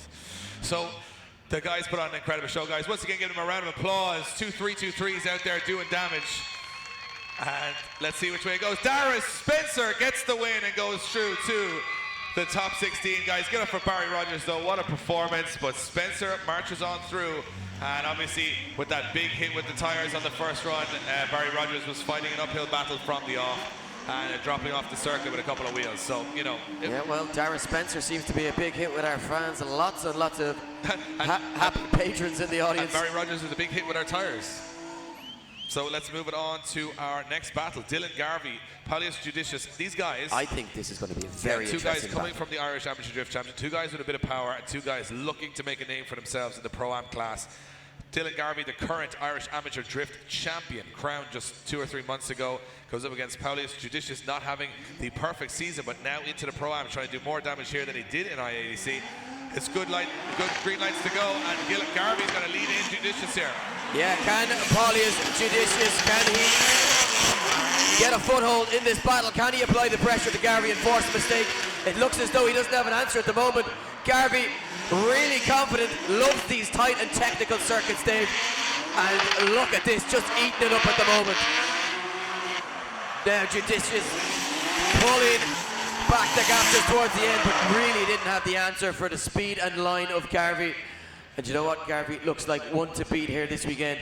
Qualifying down the order a little bit in 14th position, but he's a different beast come battle action. Yeah, and just from my perspective here, you got to look at, there's some little errors from Garvey, though. He misses some of those clipping zones on his lead. Now, Paulius is missing all of the clipping zones, and so it's not as major an error as you can see, but this is just the one where they switch back here. A lot of drivers missing this clipping zone completely and kind of taking that early switch back to the last corner, and that actually sends them on the wrong line, which is why Garvey made contact with the wall. So you got to stay on that wide outer line. If you cut across it, you're almost pointing straight at the wall. You're going straight to the wall. So probably, I would imagine, an advantage to Garvey after the first run, but still plenty for Paulius to get back into this one in the lead position. Has to just put the blinkers on now, go, put in that solid lead run and hope Garvey makes some mistakes behind him. Yeah, he needs to treat it as a qualifying run and forget that there's another car out on track.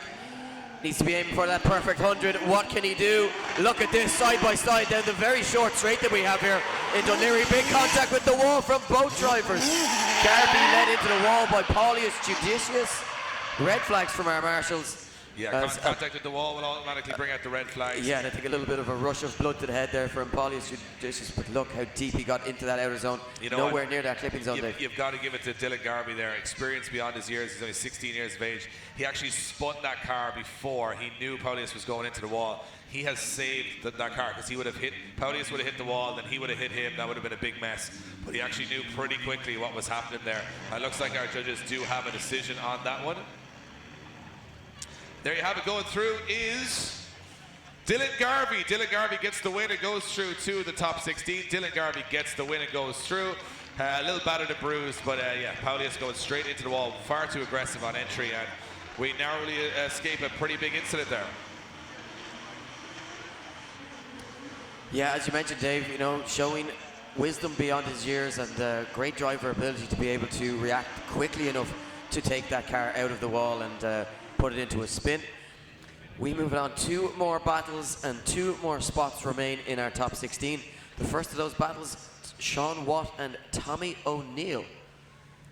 Yeah, this is another one where, I mean, Tommy, you know, has been incredible in the Irish Amateur Drift Championship, put in some insane driving. But he's got to control that insanity every now and again because sometimes it can be to his detriment. Sean Watt, that's that full on, you know, we saw him just flexing the back of the car on the wall every run in qualifying. This is an interesting one. It could go either way. So Watt leads them in, but look at this, Dave. The pace from Watt is very much on show here as Tommy O'Neill makes the dive to try and regain that proximity, but he's sacrificing circuit. Now he's within that 3-meter rule and he can deviate from the line and doing a much better job. But is he carrying as much angle as Sean Watt as they switch back? Oh, straighten up from Tommy O'Neill. I wonder, was there contact there as he got a little bit caught behind Sean Watt and they crossed the line? Yeah, it didn't look like contact. It looked like he just hesitated and thought the car would sort of slide through the transition, but it didn't. And Sean Watt in the lead position doing a good job. It looked like that run-in, though, was the factor. Yeah, and I think Tommy O'Neill getting himself out of position and then that causing his straighten because he really had to pull out of it. You'll see it here as they just come into that. Yeah, this is where it's going to be here. So, yeah, the door shut off there from Watt, and Tommy O'Neill left with nowhere to go. Yeah, I think he probably hit the front brakes there on the transition and just stopped the car. I thought it might just transition on the front brakes, didn't, and that's going to be watched by the judges. So, looks like Sean Watt carrying the advantage into the second half of this battle. So, we line them back up. You can see our marshal just checking with both drivers that they're ready to go. Yeah, just make sure everyone's 100%. Obviously, he's getting the drivers ready to make sure that and then he's going to release both drivers from the line. There you have it. They're away, and it looks like Sean Watt's coming for blood here. Yeah, Sean Watt just tucks into the pocket there. Look at this. A masterclass in maintaining a steady level of proximity all the way around the circuit. But Tommy O'Neill now on a really good line, and a couple of errors starting to creep into the run here from Sean Watt. Yeah, straightens up in the chase position there pretty badly, Sean Watt. As they come across the line, solid run from and contact. And contact after the line from both drivers. A little bit of a love tap. Yeah, leaving it all on the circuit here today. Guys, round of applause for Tommy O'Neill and Sean Watt.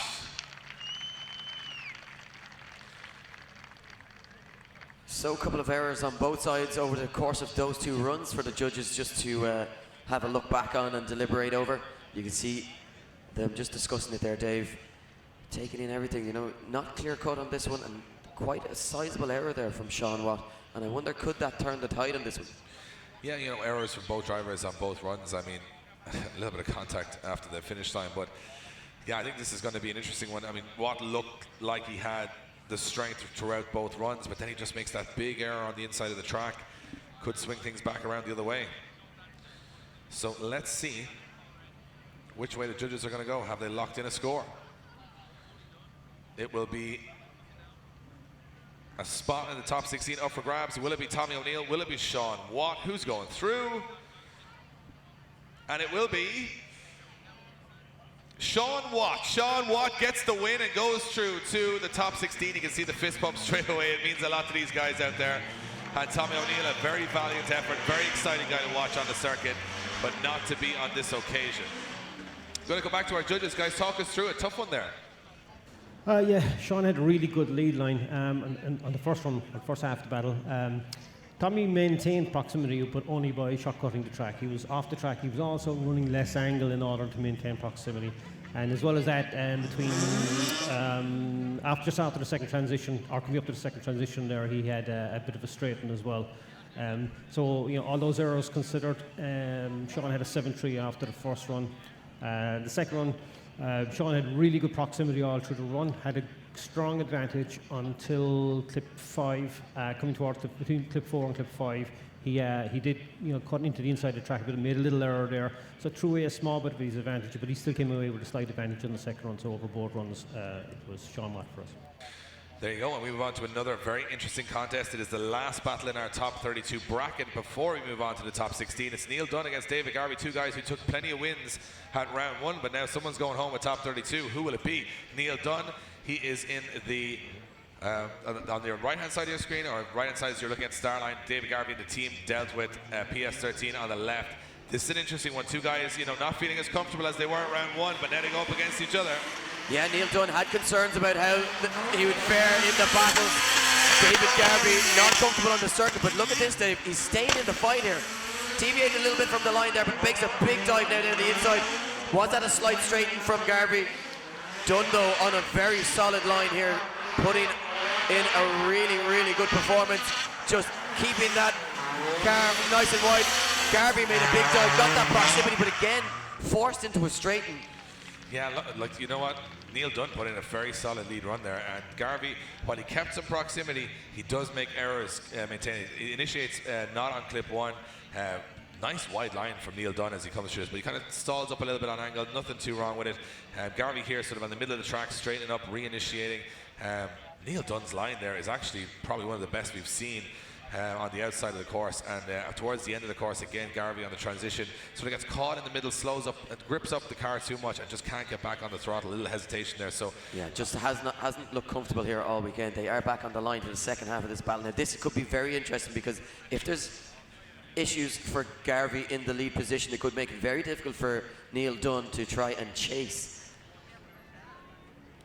Let's see what happens though. As Garvey jumps off the line, Neil Dunn now trying to fire through the gears behind him. Neil Dunn needs a little bit of ground, and Garvey now starting to edge away here. Yeah, they switch it back though. Garvey not doing it back, but slows up again, and did that cause a problem for Neil Dunn? Neil Dunn backing out of it here, losing a little bit of ground. And what started out as a very strong run here from Garvey, couple of errors creeping in, a little bit wavering off the line and losing some clipping zones just towards the end. Red flags from our marshals, smoke everywhere from these two drivers, and you know what, a little bit of a sketchy one, not perfect from either driver. Garvey doing a good job of getting out, at the early part of the run and getting out into the lead. But it's here, he just backs off. He thinks he's going in the wall. He almost stops. It's almost like pulling like a bull fighter and pulling the red cape away, because Neil Dunn almost went into the wall and then stalled up again. And a couple of errors from both guys as they finish out the run. So a very strong start, not as strong a finish from this battle. And our judges will have to have a quick deliberation of who's going through.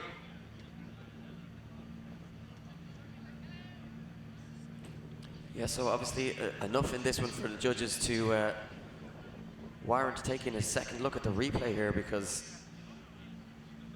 a little bit of back and forth from them here. I think they're looking at this error from Garvey again, because you can see here now, after that error, Neil Dunn's line becomes very poor. He has to go very shallow, and so yeah, unfortunate for both drivers. They just couldn't stay perfect when it mattered. They made those errors. They looked either way that they could have taken the win, and that sounds obvious to say, but if you're doing 100% of a run and 5% is bad, I mean that's what's really deciding this one. It's not someone who's stronger, it's who made the bigger error.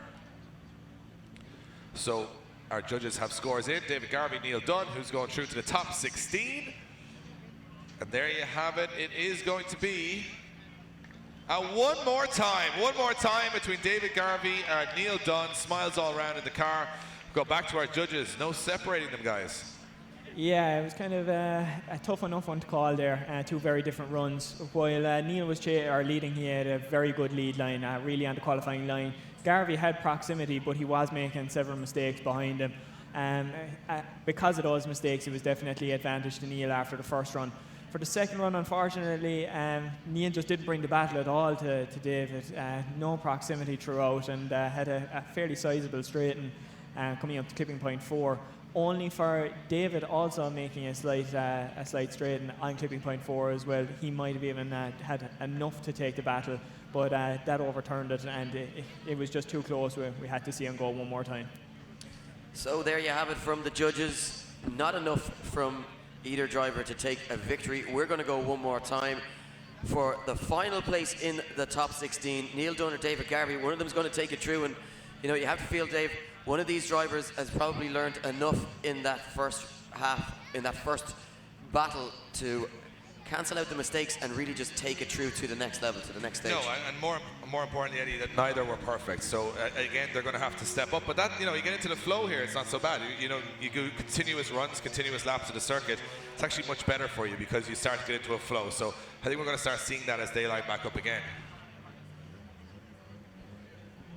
So Neil Dunn back on the line already. We're just waiting David Garvey just to get that car in gear. And yeah, David's car is very highly tuned. It's actually an XD1 car from Japan, so it actually needs a little bit of cooling. So it's he's probably taking his time just to make sure that the temperatures aren't getting too high.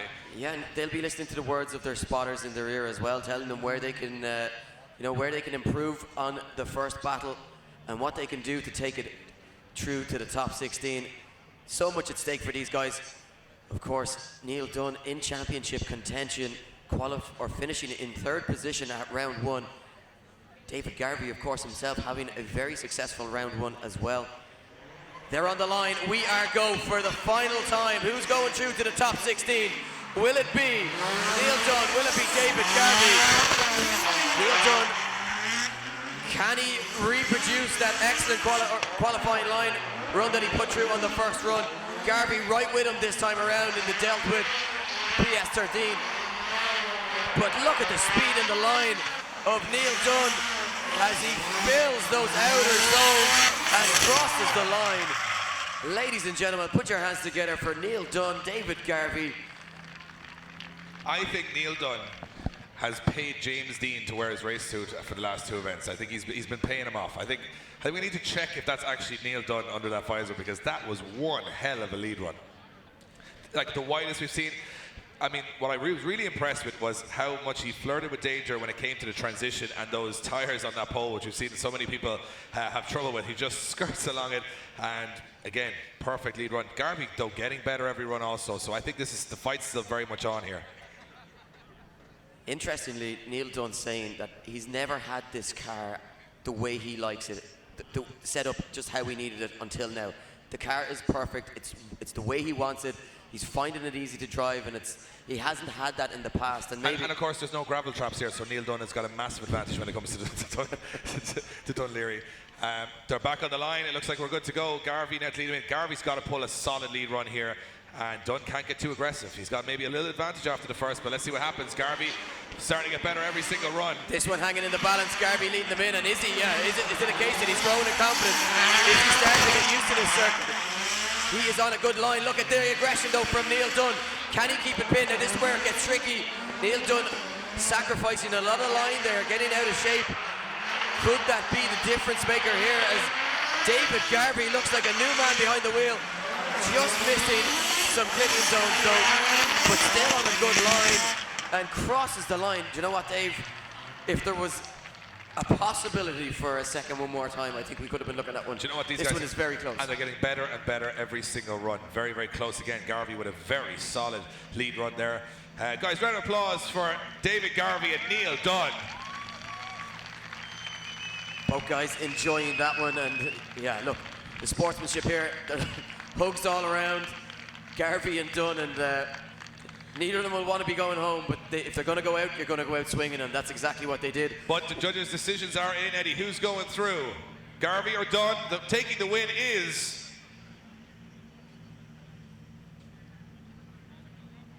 Neil Dunn. Neil Dunn gets the win and goes through to our top 16. The championship hope's still very much alive for him. David Garvey bowing out top 32, but will cheer on his younger brother who's made it through to the top 16. Got to go back to the judges on that one, guys. Another great, and it got better as it went. Yeah, the battle was starting to get an awful lot better there, in fairness, Dave.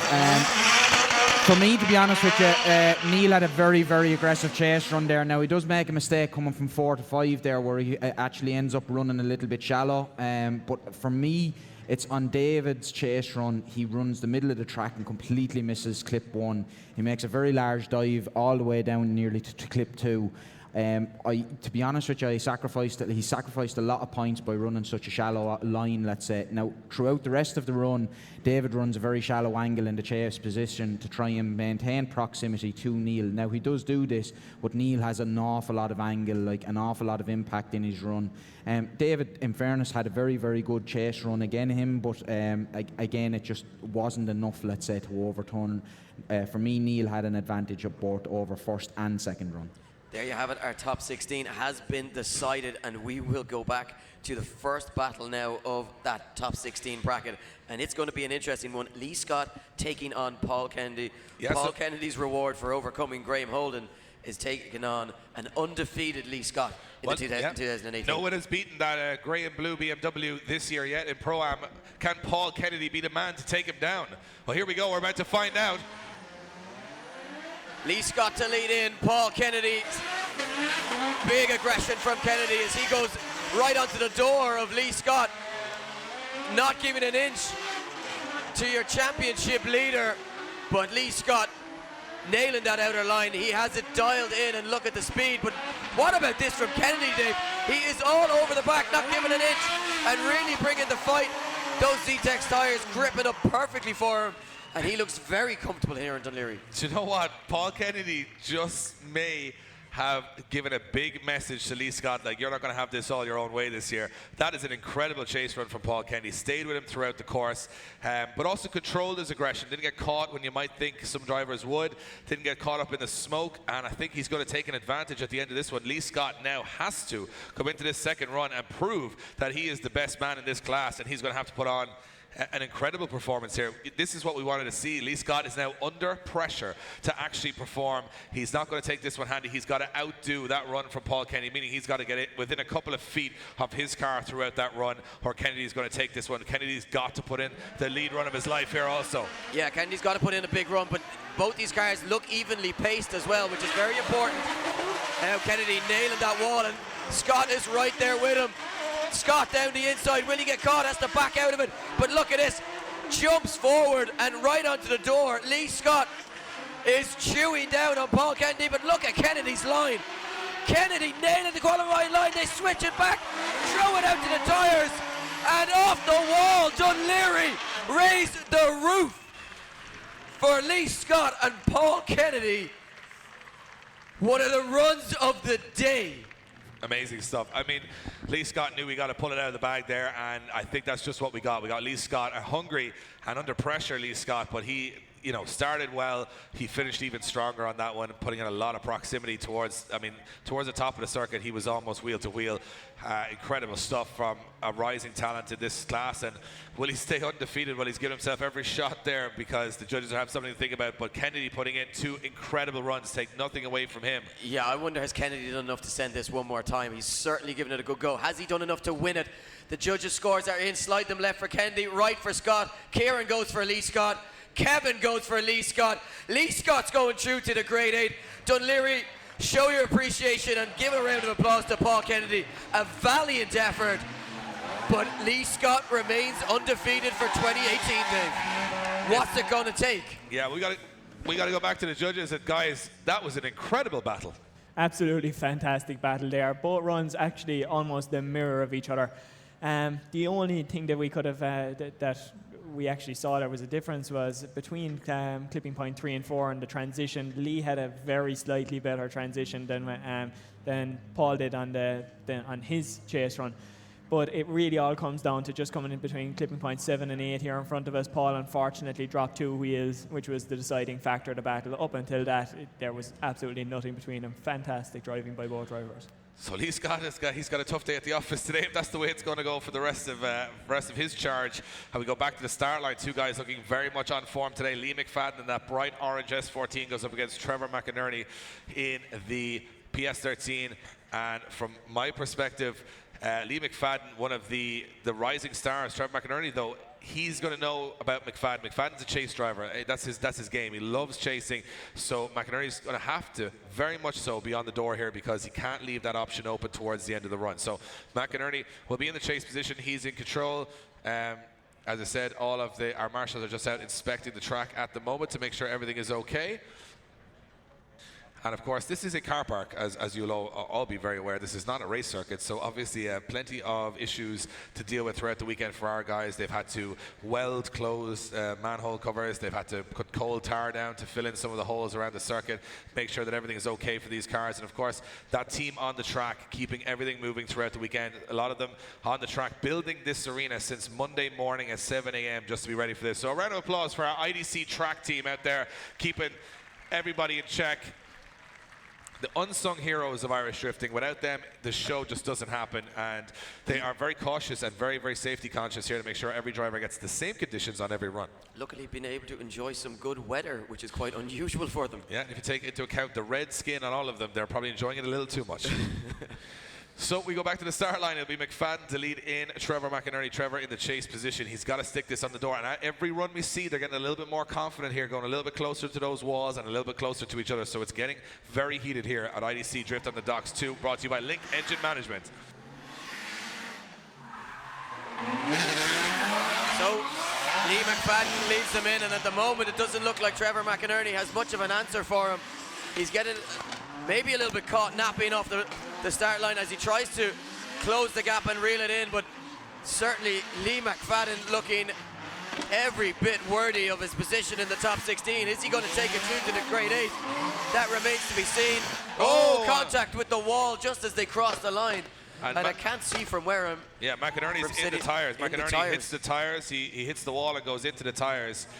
And I don't think it was a bad impact, but it was enough that they're just checking over that car. Obviously caught in that smoke cloud, went a little wider than he would have liked, tagged the wall and sent the front of the car into those protective tire bales, and that's what they're there for, obviously, to protect the cars from a dead stop. So obviously if they do make contact with the wall, dangerous to put tire bales on the edge of the circuit as they actually start sucking the cars in, but if you don't want a dead stop. That's the most dangerous part. So as you can see, it was Trevor McInerney just chasing the run right throughout, I think, not really yeah, exactly. You never quite getting on the correct line, and from that point, it's scrappy and difficult to try and get back onto the right qualifying line and get into the right chase position, and resulting in that big error towards the end. Will we see a better angle of it? No, again, just fading off just at the end. But look, it looks as though he's okay. He has that car back on the line. It has been checked by our marshals and our scrutineers to make sure that it's fully safe to compete in a second run. Yeah, and of course there is just making sure the car is okay, and that's of course what the marshals are there to do, just to make sure that everything is okay. I mean, we all want to see battles just run, but it is obviously these are high horsepower machines, and it's very important that the safety is taken into account. No leaks, no. I mean, the driver is pumped up with adrenaline. He just wants to go, but the marshals are there just to make sure everything is 100%. It looks like it is 100%. Now, I'm wondering from Trevor McInerney's point of view, is the lack of maybe battle practice, having not really had a top 32 battle getting through based on mechanical difficulties for Kevin Kagera, has that just unsettled them a little bit as we lead them out for the second time? Trevor McInerney, Lee McFadden. McFadden now right on the door of McInerney as they throw it to the wall, and Trevor McInerney getting out onto that wide line now towards the second half of this run. And great proximity. Look at the transition as they almost make contact. Inches between them as they throw it back and cross the line. And you know what? I think the obvious decision here will be obviously Trevor McInerney hitting the wall before the finish line. But McFadden didn't really maybe have to put that much effort into that run, and he certainly did. Stayed right with him throughout the course, making sure of it. You don't want to be too complacent and leave it in the hands of the other driver. So let's see what happens. Who is going to go through to the top 8? It will be. Scores are in, and there you have it. Lee McFadden gets the win. Lee McFadden goes through, and that's 2 rounds in a row. His 2 first ever rounds for Pro-Am that he makes it through to the top 8. Trevor McInerney making a huge error by hitting the wall, and obviously going into those tires was the costly factor there for him. It was just before the finish line, and obviously he didn't finish the run. He finished the run in the tires, so that's not where you want to be. So we now go back to the line. You can see a little bit of maybe heat issues for Alan O'Neill, who's removed the bonnet of his 1.3 litre rotary engined RX-7. He goes up against Jordan Boyce. This is an interesting one right now. So, you know, you have an RX-7 with a rotary engine going up against a Scorpio engined Ford Sierra. So, yeah, it's all kicking off here at Pro-Am and Drift in the Docks 2. Now, a little flick of the wipers there from Jordan Boyce. I'm wondering, there's certainly not a whole lot of cloud above head, but we have seen little flickers of rain every now and again, little droplets. Surely not here in Dunleary as Jordan Boyce leads them in. Alan O'Neill to give chase. O'Neill just drops off the line, but now gets it on the door. Yeah, Alan O'Neill wasn't on the right line, Dave, and I think that's caught him out, and it's caused a spin for Alan O'Neill, and Jordan Boyce is going to take a 10-0 advantage into the second half of this one. Yeah, and to be honest, Alan O'Neill just got himself caught. It's there's 2 sections on the track you can get yourself caught here, and one is just coming up towards that first transition. You take too much of an inside line and you end up actually having no room to go. He had to hold back, wait for Jordan to actually transition, and he had actually run out of lock on the car. So a spin there for him will give a 10-0 advantage. As far as I could tell, it was an unforced error. Just beginning to watch, he's on the inside line here, and as they come towards, Jordan sort of closes that door as he's entitled to do, and Alan just has nowhere to go and has to spin it out. So that's exactly what went down there. And now Jordan will be in the chase position with that advantage. So that's exactly where he wants to be. Alan O'Neill has to hope that he puts in the lead run of a lifetime, and Jordan just can't match it. Yeah, and if you're in attendance, you can't really see it here, but on the replay, Jordan Boyce nailing that run, Dave, nailing that outer line, and looking as though, could we see him take it to the top step of the podium later on this afternoon? He certainly has the game to do it. Yeah, well, as Smoking Joe, as they call him, is going to chase down Alan O'Neill here, and Alan O'Neill is just going to have to put in a very, very solid performance. He's got to eradicate all of those mistakes. He's got to give any chance here, he's got to be perfect. Yeah, I mean, look, he needs to hope for a miracle, really. He needs an unforced error. Very hard to force the chase driver to make a mistake from the lead position. And the lead run from Alan O'Neill, not quite comparing to what Jordan Boyce was able to produce, and Jordan looked doing a very sensible thing. And these drivers at such a young age are starting to learn very quickly that they can hold back, keep 2 or 3 meters distance. They don't need to go overly aggressive and just coast into a winning position. Yeah. 10-0 advantage. No need to push the boat. But you know what? 2 very cool cars. I mean, that's if you're cool just counting how cool it is, it's very cool at this day and age to see a Sierra and an RX-7 FC in the Pro-Am class. But who is going through? The winner is, scores dropping in, and Jordan Boyce gets the win. Jordan Boyce gets the win and moves on to the top 8, and fairly obvious one there. Big mistake and a spin out from Alan O'Neill, not to be overturned. And Jordan Boyce goes in to join Lee McFadden and Lee Scott into the top 8. So it's heating up. And what an exciting top 8 that is shaping up to be already. Jordan Boyce, he's going to be facing Terence Fury or Jack Shield, the winner of this very next battle. Yeah, and it looks like Jack Shield goes into this as very much the underdog with 260 horsepower.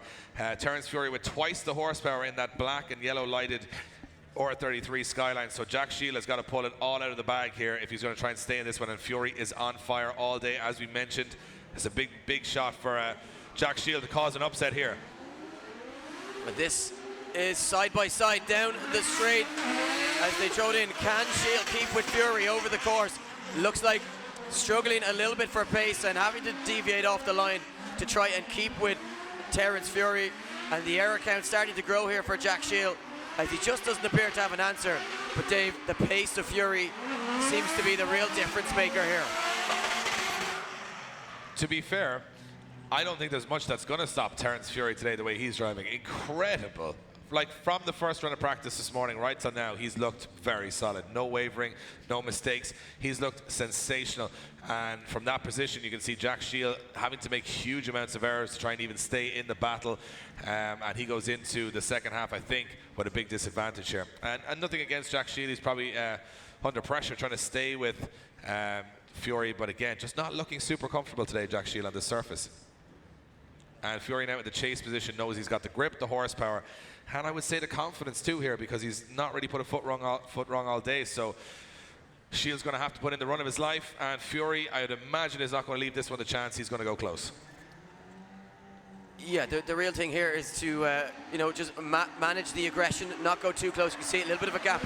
Is he playing the game of closing it as the course goes on and just have that proximity towards the end? You can see here, yeah, closing that gap quite significantly now, making the dive onto the door, and that's where he's going to sit until the end of this run.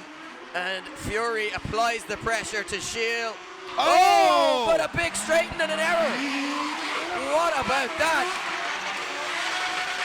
Could Jack Shield? Fury shuts it down, and you could not write it.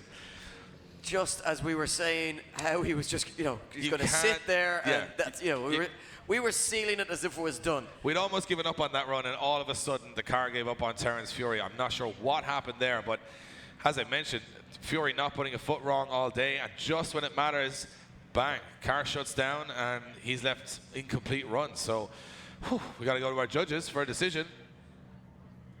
He says the car popped out of gear, so he was actually not even a driver error. The car popped out of gear, but that doesn't matter.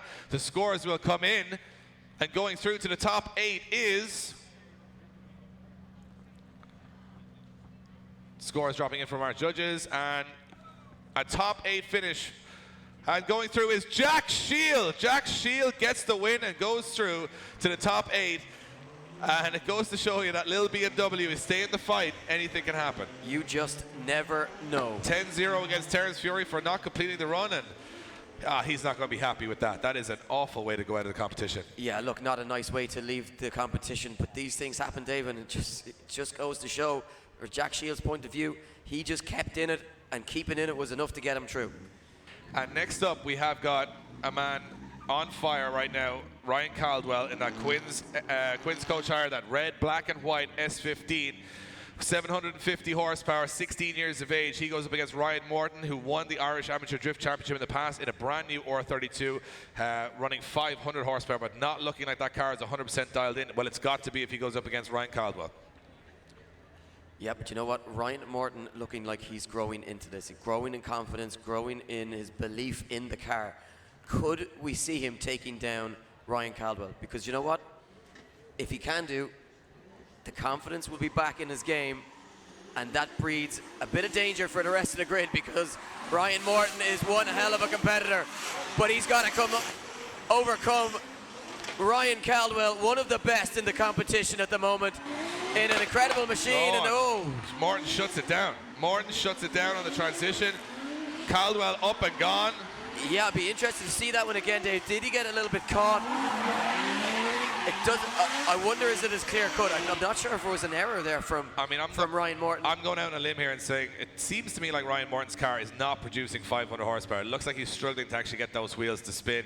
And as Caldwell comes around here, you can see on a replay for you guys at home that when they transition, he makes the dive, goes on the power, and just nothing, just no power whatsoever, has to go back on it again. So I'm not sure if Ryan Morton's car is 100% right now. That's the way it looks to me, because obviously we know Ryan's driving style quite consistent, definitely not consistent today. So I think that he's fighting car issues. One man that's been fighting them all season and doesn't seem to have them right now is Ryan Caldwell, looking incredibly strong. Yeah, well, I mean, you got to give credit to Morton. Despite car issues, being able to drive the car at that level is just quite phenomenal. I mean, he's up against Ryan Caldwell, who is, relatively unstoppable on any given day when the car is working properly, and Morton still able to put it up to him. Caldwell, though, in the chase position now. What will we see as Morton switches the back? Look at the speed as they come through the midsection. They shoot forward and then throw it again onto the wall, and Caldwell sits on the back bumper. Final transition, throwing it out to the wall. Nice line from Morton, and you know what? Barring that one error from Morton on the first run, Dave, there wasn't a whole lot between the two. No, certainly not. And do you know what? Both of these guys are such future stars for the sport here in Ireland. I'm looking forward to the next couple of years of watching them climb the ranks and battle it out time and time again. Guys, give it up for Ryan Caldwell and Ryan Morton. But judging decisions will come in. Who is going to go through to our top 8? Slide him left for Morton, right for Caldwell. Kieran Hines says Ryan Caldwell. Kevin says Ryan Caldwell. That's Ryan Caldwell gets the win and goes through to the top 8 and another competitor down. And quickly back to our judges, guys. Talk us through that one. Yeah, on the first round there, Caldwell had a really good lead line. Ryan chasing, he was maintaining proximity by running on less angle, and that's fine. You know, you're keeping proximity, but you are losing a couple of points for not matching angle. But his bigger read was coming out 4 just after the first transition, and he made a huge mistake there. So Ryan had a 9-1 after the first run. The second one, Ryan had a great chase all the way through. Ryan Caldwell, and so he took an 8-2 in the second one. So over board runs, Ryan Caldwell for us. There you have it. Ryan Caldwell moves it on to the top 8. Next up, we have got Ben Galbraith, Andy Keys. As we mentioned, Ben Galbraith, perfect line all day. A little bit slow, maybe compared to pace. Andy Keys is going to have to adapt to that. Andy Keys is very fast. So this first run could be the teller here, because Keys is going to have to adapt to the slower car, and I think Galbraith is going to struggle to keep with Keys on the second. So Galbraith has got to hope that he puts in a solid lead run from the off here. But then again, you just You never just don't know. We saw so, it earlier on. Galbraith to lead in Keys. Keys is right there with him though as they transition or enter and into that first section of the course. Now, oh, look at this. Andy Keys getting a little bit caught, but keeps it in it. Nice and smooth through the transition then, and now starts to close that gap as he gets onto the door of Ben Galbraith. But again, Ben Galbraith, Dave, doing a really solid job in that lead position, and a slight straighten from Andy Keys in the chase position as they transition back, and a lot of drivers getting caught in the chase position just in that final transition. Yeah, I mean, look, Galbraith's line is unquestionable today. He knows how to drive that car around the outer limits of this circuit, no issues whatsoever. Andy Keys, I think it's tough when you've got a car set up with a bit of grip in it to stay behind a slower car, because you cannot stay on full throttle like they do unless you're left foot braking, which is a very advanced technique. And a lot of the time, you know, Keys does straighten up there. That's a big error, really, you know, and Galbraith does not make it. I think what the big question is going to be is what happens in the next run, because we know Keys will be faster here. Can Galbraith dial away a bit of his full throttle to play with the throttle a little bit more and stay in this one? He's got to adapt here or he's going to get left behind. So Galbraith, for me, has to adapt his driving style to stay with Keys, to stay in this fight. And, you know, I'm hoping a spotter's on the radio to him saying, look, you can't just stay full throttle here. You've got to kind of go for him. Let's see what happens. Yeah, the issue with coming off throttle is losing momentum and fluidity. Keys leading him in, but Galbraith is right there with him. No problems thus far. As they switch it back, look at the dive down the inside from Ben Galbraith onto the doors of Andy Keys. Keys opens the door. Galbraith walks right through, but starts to lose the gap here. Yeah, Brooks. As they cross the line. Yeah, suffering a little bit towards the end of the run there, Ben Galbraith, but he definitely gave it a hell of a go. He certainly did. Trying to stay as close as he possibly could throughout the run. So let's see who is going through to our top 8. Judges locking their scores in. Galbraith with a very, very good lead. Keys with a very good lead too also. Galbraith, look at this, straight onto the door from the off. Of course, if you're here tomorrow, guys, we have the big screen here, so you'll be able to see all the action and all the replays for the pro event tomorrow. Of course, main event tomorrow. This is just the pro amateur. I say just, but these guys are bringing one hell of a show. And but the main event is tomorrow. Tickets still available on the gate for standing room only. All the seating sold out. And yeah, just towards the end of that run, it looked like Keys got away from Galbraith a little bit. Interesting to see which way the judges will call this. Well, the judges still deliberating it, Dave, so obviously...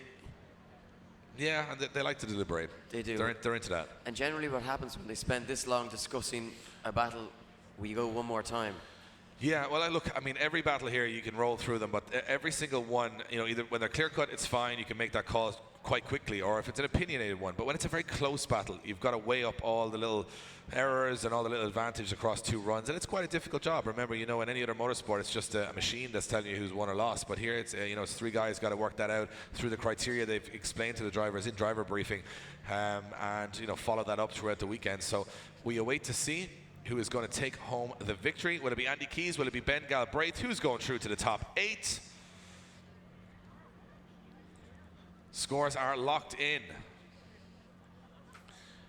And it looks like it is going to be a one more time from Dan Moorhead, but which way are the other 2 judges going to go? Judges keeping us in suspense. Yeah. Kevin goes for Ben Galbraith. So 1 vote for one more time, 1 vote for Ben Galbraith. And Ben Galbraith takes the win. Ben Galbraith takes the win. Split decision from the judges. Guys, talk us through it. Okay, with the first run, Andy had good proximity all through the run and was sitting on a good advantage until the second transition, just coming to clip 7, where he has a straight and he throws away that advantage he had gained, and that ended up in a 5-5 in the first run. The second run, again, Andy has advantage. Ben has good proximity for the first half of the track, then it starts to fall off after transition 1. And at this stage, Andy is starting to overturn, and he's now starting to take advantage until it comes to clip 7, and this is where he's thrown away the run. At clip 7, he went nowhere near it. He just transitioned too soon, never gets to 7, and cuts the track out towards 8, which is a big mistake because he's in the lead position and he's way offline. And that lost him with a couple of points that he needed to take the win. So over both runs, and Ben takes it by a very small advantage. There you have it, and I mean, it goes to show how closely they're scrutineering each one of these runs. Eddie, next on the line, it's Dara Spencer, Dylan Garvey, 2 stars of the 2017 into 2018 Irish Amateur Drift Championship, brought to you by mixedgarage.com. And look at this, 18 years of age and 19 years of age, 2 young guns ready to do war here. Yeah, and these 2 guys have really been shining this morning and this afternoon in this competition, both looking equally comfortable and equally aggressive on the track. I think this is going to be fireworks. Could it be the case that Garvey has the pace here for Dylan Spencer? But Dylan Spencer has had that line dialed in all afternoon. Who's it going to be? A space in the grade 8 up for grabs. Look at the line from Spencer, but the aggression from Garvey. Oh! They switch it back, almost come together. Precision from both drivers, showing ability beyond their years. And this is impressive stuff. Garvey has to back out of it there. Again, very clever, not getting caught where so many have faltered in the past. What a run from Dylan Garvey and Dara Spencer. That is incredible. Absolutely nothing between these 2 guys, and of course Dylan Garvey would have been informed, yeah, that refreshers looking BMW down there, that has actually topped qualifying today, so don't underestimate him. And of course Dylan would know Dara quite well from the Irish Amateur Drift Championship and said, this guy may have a 323 BMW, but you've got to stick it to him because he's a hell of a driver. And Garvey does phenomenally well not to get caught on the last transition. He comes very late on the transition and just holds it on the handbrake and transitions very cleverly. Any other driver there was getting caught earlier in the day, but it goes to show he's starting to feel this track now, and Spencer puts in that all-important lead run. The question we have now with Dara Spencer is, has he the pace to stay with Garvey? Garvey's going to carry an advantage of horsepower here and maybe a little bit on grip. Spencer can't run that high grip setup on the 323 BMW. So no, but I think you can rely on Garvey to put in a good wide qualifying line, which helps him keep it full throttle all the way around. What's going to happen? We are about to find out as it unfolds. Right here in Dunleary, Garvey to lead in Spencer. Can Spencer keep with him? Spencer on the wider line there. Little bit of a gap opens up. Spencer getting off out of line there, Dave, and he gets caught, and now he starts to fall behind as Garvey puts foot to floor. Garvey sails into the distance, and Spencer, well, you know what? Spencer gets ducked. Oh, really? Yeah. Okay. No more dock puns. Well, they're banned. We're in Dunleary. Spencer dock in Dublin. I see where you're going. Yeah. Guys, round of applause for Dylan Garvey and Dara Spencer, 2 stars for the future. Incredible stuff from both of these guys, but we need a decision of who's going to go through to the top 8. Will it be Garvey? Will it be Spencer? Who's going to take the win? Judges' scores are now locked in. And going through to the top 8 is...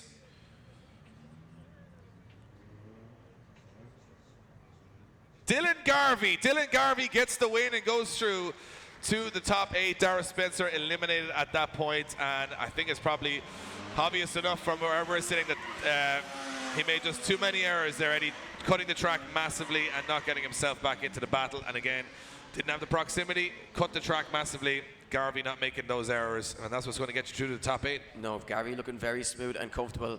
We move on to our final top 16 battle, and they're lined up on the start line, Dave. Neil Dunn, Sean Watt. This one is going to be fireworks.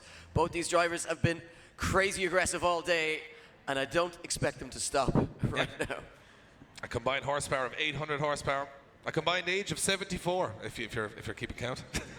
Not as young as the guys before, but definitely still have the same intent. Neil Dunn to chase in Sean Watt. Here we go.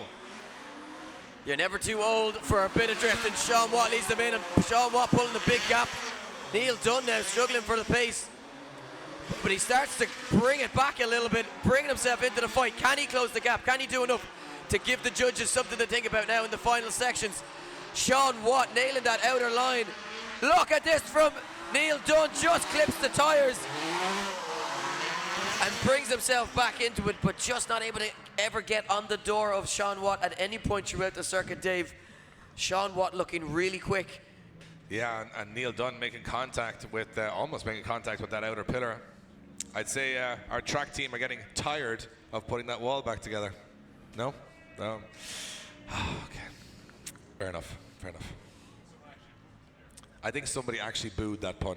Like, we're emotional enough to boo the pun. I like that. Not think, they definitely did. They did. No need to rubber it in. No, no, we're back. Sorry. So the guys are going to put back up that tire bale, and as you can see, look at the laps that Andy's doing there of the incredible. Yeah, he gets around. two laps to a set of trainers. Yeah. And that's a wrap. Oh, we get it all out of the way on Saturday. Tomorrow, I promise, no more puns. But Neil Dunn, he did make contact, but he stayed in the fight. Sean Watt. I was going to make a what have they done sort of pun there, but I'm not even going to go there. Okay, here we roll. It's going to be Neil Dunn in the lead position. He's been solid in that lead position all morning, and Sean Watt has been very exceptional in the chase. This is going to be tight. Yeah, one and done. Who's going to be, Sean Watt or Neil Dunn? Oh, what about that for a wall run from Neil Dunn as he just gets ever aggressive. But Sean Watt doing a good job here, just keeping steady proximity, not making a whole lot of errors in that chase position, keeping with Neil Dunn and starting to dial on the angle and the pressure. Oh, a couple of wheels off there from Neil Dunn, but gets it back in and scrapes the wall over the finish line. All going down here in Dunleary as we lose sight of the cars in the smoke. Yeah, incredible stuff. And I mean, we're starting to see Neil Dunn's creating massive smoke from that car. Yeah, those Estino tires working really, really well for him and making a big impact across the grid this weekend. Let's see which way it's going to go, though, on the judging decision. Kieran Hines votes for Sean Watt. He needs one more vote to go through to the top 8, and he gets it. Sean Watt goes through to the top 8. Neil Dunn eliminated at the top 16, and that is our top 16 concluded. We started with 40 drivers. We are finishing now with 8 in Pro-Am. 8 guys remaining. Going to go quickly back to our judges, talk us through that decision, guys. Another tough one.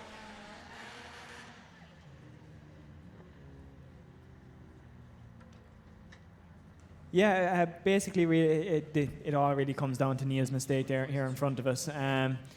He put 3 wheels off coming between clipping points 7 and 8. Up until that, Sean had a slight advantage. He definitely had a more clean chase run than Neil had. Neil a little bit scrappy on that, unfortunately. Sean just being the more consistent driver over the 2 runs, and then that mistake really sealed the deal by Neil dropping 3 wheels. So overall, great run by Sean. He takes the win. So there you have it. Sean Watt makes up our great 8, and Dave, what a great 8 it is. 8 drivers who have performed at another level all weekend, or all day rather. And, can Lee Scott be beaten by Lee McFadden? Do you know what? That's the question I'm asking now, because he's going that well, Lee McFadden, but he goes up against Lee Scott, who he knows is the man to beat. This is one of those caution to the win battles for Lee McFadden. Make a name for yourself, take down the undefeated guy. Here we go. It's going to take something special from McFadden to take down Scott, but is he capable of it? Absolutely. Right with Scott now as they come through the first transition. Can he make a dive down the inside and get onto the door?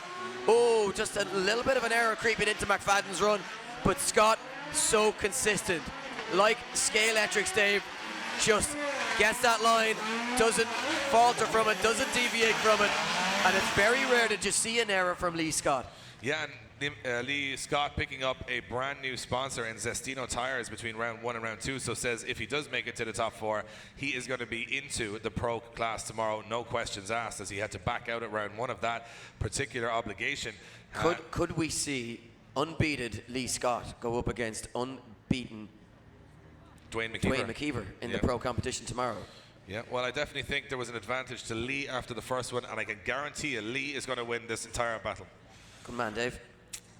Yeah, so we were doing our Drift Games podcast during the week. If you guys check it out, driftgames.life, and Josh Holdsworth, one of our presenters and media guys, was saying that he thinks Lee Scott's going to win today and tomorrow. Yes. So far, he's looking pretty accurate.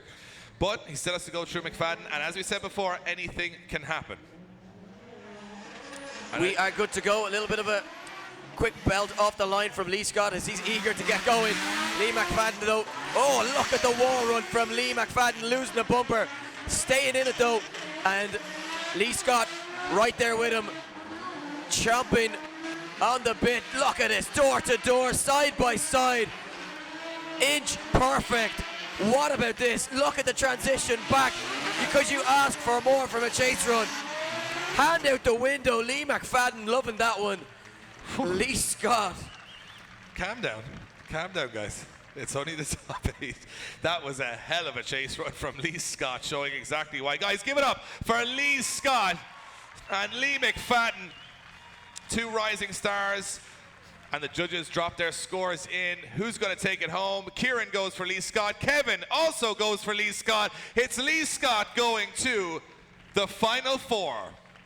Guys, back to you. Could you ask for much more from a chase run on this circuit? Yeah, look, in the lead position, Lee Scott had a really good run on line all the way. Lee McFadden, he didn't have proximity in the first run. He was also cutting the track in order to try and make that back up, and he didn't work for him. So it was 7-3, I think, after the first run for Lee Scott. And the second one, well, I think everybody saw that there. Lee Scott was actually glued to Lee McFadden all the way. So another 7-3 to Lee Scott on the second one. So Lee Scott dominates, goes into top 4. Now here's an interesting one. Jordan Boyce, Jack Shield, 2 up-and-comers, as we said, in the championship, now into a shot at the top 4 and getting into tomorrow. Jack Shield sort of been riding his luck today a little bit, but again, some days all you need is luck, and drifting is that way. Jordan Boyce looking fairly unstoppable all day. Shield will go in here as the underdog, but he went in as the underdog all day, and he's still in the top 8, so anything can happen. Yeah, and it's just all about keeping yourself in the fight, never giving up, and you just never know what sort of rewards you're going to get. Boyce to lead in Shield. Who's it going to be? Look at this, though, from Jordan Boyce. Again, another driver who has just this unyielding consistency. He never lets up. And it's starting to show now as Jack Shield struggles to keep with the pace, having to sacrifice line. But look at this, right on the door, doing everything he can to stay in it, everything he can to force the mistake. But Jordan Boyce is more than capable of accepting the challenge. And as they cross the line, Dunleary, show your appreciation. 2 guys fighting it tooth and nail, Jordan Boyce and Jack Shield. Phenomenal stuff there from both drivers. And Jack, he gets aggressive from the off, but he gets caught here on the inside. Like we've seen so many drivers, he has to back out. And on that transition, he loses a huge amount of proximity, and he has to kind of cut the course a lot to stay in it. And even though he's getting there here and there, Jordan's line is allowing him to do that because it's so perfect around the outer circle. So even though Jordan does cut a little bit there towards the end, I think he's going to take a sizable advantage here. Yeah, I think Jordan may be cutting the circuit there just at the end, just to avoid the potential of an impact had Jack transitioned in behind him. Yeah, so let's Jack Shield calling 5 minutes. Yeah, I'm wondering he debeated a tire, so we've seen Jack Shield debeat a tire. Wow. So it looks like there is a 5-minute rule being called by Jack Shield, and we will come back to the second half of that battle as Shield goes in to change. Of course, you're not allowed to change your tires during a battle unless you have a debead or a puncture, and of course you have to go into the pits and make sure that you have both tires perfect. And so you can see Jordan Boyce backing away from the start line, meaning we're moving on to Ben Galbraith and Ryan Caldwell, a spot in the final 4 up for grabs. Yeah, and Ben Galbraith coming up, probably up against his biggest challenge to date against the young Ryan Caldwell, who, you know, we've talked about the mechanical issues that he's had. None of those have surfaced today. And when you look at Ryan Caldwell, Lee Scott, those two are essentially almost unbeatable on their given day. Could we see them come up against each other in the final? One of them would have to, obviously at that point, lose. But, you know, Ben Galbraith has had... Then they would be beatable. Then they would be beatable. But only by each other, but only potentially. But Write that one down. Yeah, you heard it here first. Here we go. Caldwell to lead in Galbraith. Yeah, nice entry from Caldwell as Galbraith just takes the shallower line just to try and keep the pace, but you can see it, Dave just doesn't have the pace to match that of the very impressive machinery that Ryan Caldwell is behind the wheel of. Caldwell, look at this, inch perfect all the way around the circuit, and unfortunately Galbraith losing out to the horsepower game. A little bit, and I think it was going to happen, Ben, at some point today, and especially when you come up against a 750 horsepower car, you're going to feel it straight away. The grip that Ryan Caldwell has, far superior, but not only the car, his ability to drive that car fast with grip is what pulls those huge gaps for him throughout the run. And Galbraith, while he's a valiant effort there, I think he's cutting the track massively to try make it not look like he's just been left behind, and no such worries for Ryan Caldwell, and he hasn't really been tested too much today. He's been inch perfect, and he hasn't had to chase too much in the chase positions because he's had such strong lead runs. So, you know, that's going to change as we go along, but again, he'll probably know. Quite often the good drivers make it look easy as well. So, you know, if it looks like he hasn't been challenged, it's because he's been so impressive and so confident in that lead position that people just haven't really been able to, you know, come anywhere near him. Now he's got the awkward challenge of chasing the slower car, but Caldwell has shown his experience and shown in the past that he doesn't make silly errors of judgment, getting over aggressive unnecessarily, and he just allows that little bit of space to Galbraith, tucks in behind him, and you just see on off the throttle, using a little bit of the front brake, the foot brake, just to slow that car down, and then back on the power just to shoot himself forward and glued to the rear end of that E36 all the way around. Again, really nice run from both drivers. Arm out the window from Ben Galbraith, but you have to feel that Caldwell has done enough there to secure a place in the final four. You would be assuming so, and as they roll in for their decision, it is for a spot in the final four here today at the Pro Amateur. And guys, round of applause for Ryan Caldwell and Ben Galbraith, entertaining us all day long. One of them will be going home, but it won't be Ryan Caldwell, as Caldwell gets the win and goes through to the final four. And he's also into tomorrow's action as well, remember, Eddie, but we got to come back to the judges. Guys, Ben Galbraith a little bit outpaced there, I think. Yeah, absolutely fantastic driving by both drivers there, but unfortunately Ben was just outpaced really. Couldn't keep up with Ryan's pace when he was chasing him, and then Ryan was just all over him. Then fantastic chase driving by Ryan, just kind of a little bit outclassed car-wise, unfortunately. Yeah, and Ryan takes the win. So we move back to the second half of Jack Shield and Jordan Boyce, rather, and of course Jack Shield beating a front tire on his run. So Jordan Boyce taking an advantage there, but he stayed in the fight. Jack Shield did complete the run, so this one not far from over. Yeah, this one still up for grabs. However, Boyce looked ever so impressive in the lead position. Can he replicate that now in the chase and put in a good strong chase, keeping close to Jack Shield? Jack Shield needs to put in the run of his life in order to try and stay in the fight here. We have seen him struggle with the pace, and I think that's been his main problem. Not having the pace for some of the other cars on the grid has caused him to have to deviate from the line and shallow up, and that makes the circuit a lot more difficult. They are good to go. They get the marshal's order. Shield to lead in Boyce. Who's going through to the final four? Look at this from Jack Shield taking the lead, but sacrificing some of his line to gain that advantage as Jordan Boyce now starts to close the gap and bring himself back into this one, staying on the wide line, not sacrificing line, doing exactly what the judges would have instructed him to do. It's actually the best run Jack Shield's put in all weekend. Jack Shield putting in a phenomenal lead run to actually beg the question once again of the judges, because just when he needs it, Shield seems to get that bit of performance. So Boyce not getting as close as he would have liked on that one, and it is for a spot, remember, in the final four. Then we are down to just 4 drivers, if I'm not mistaken.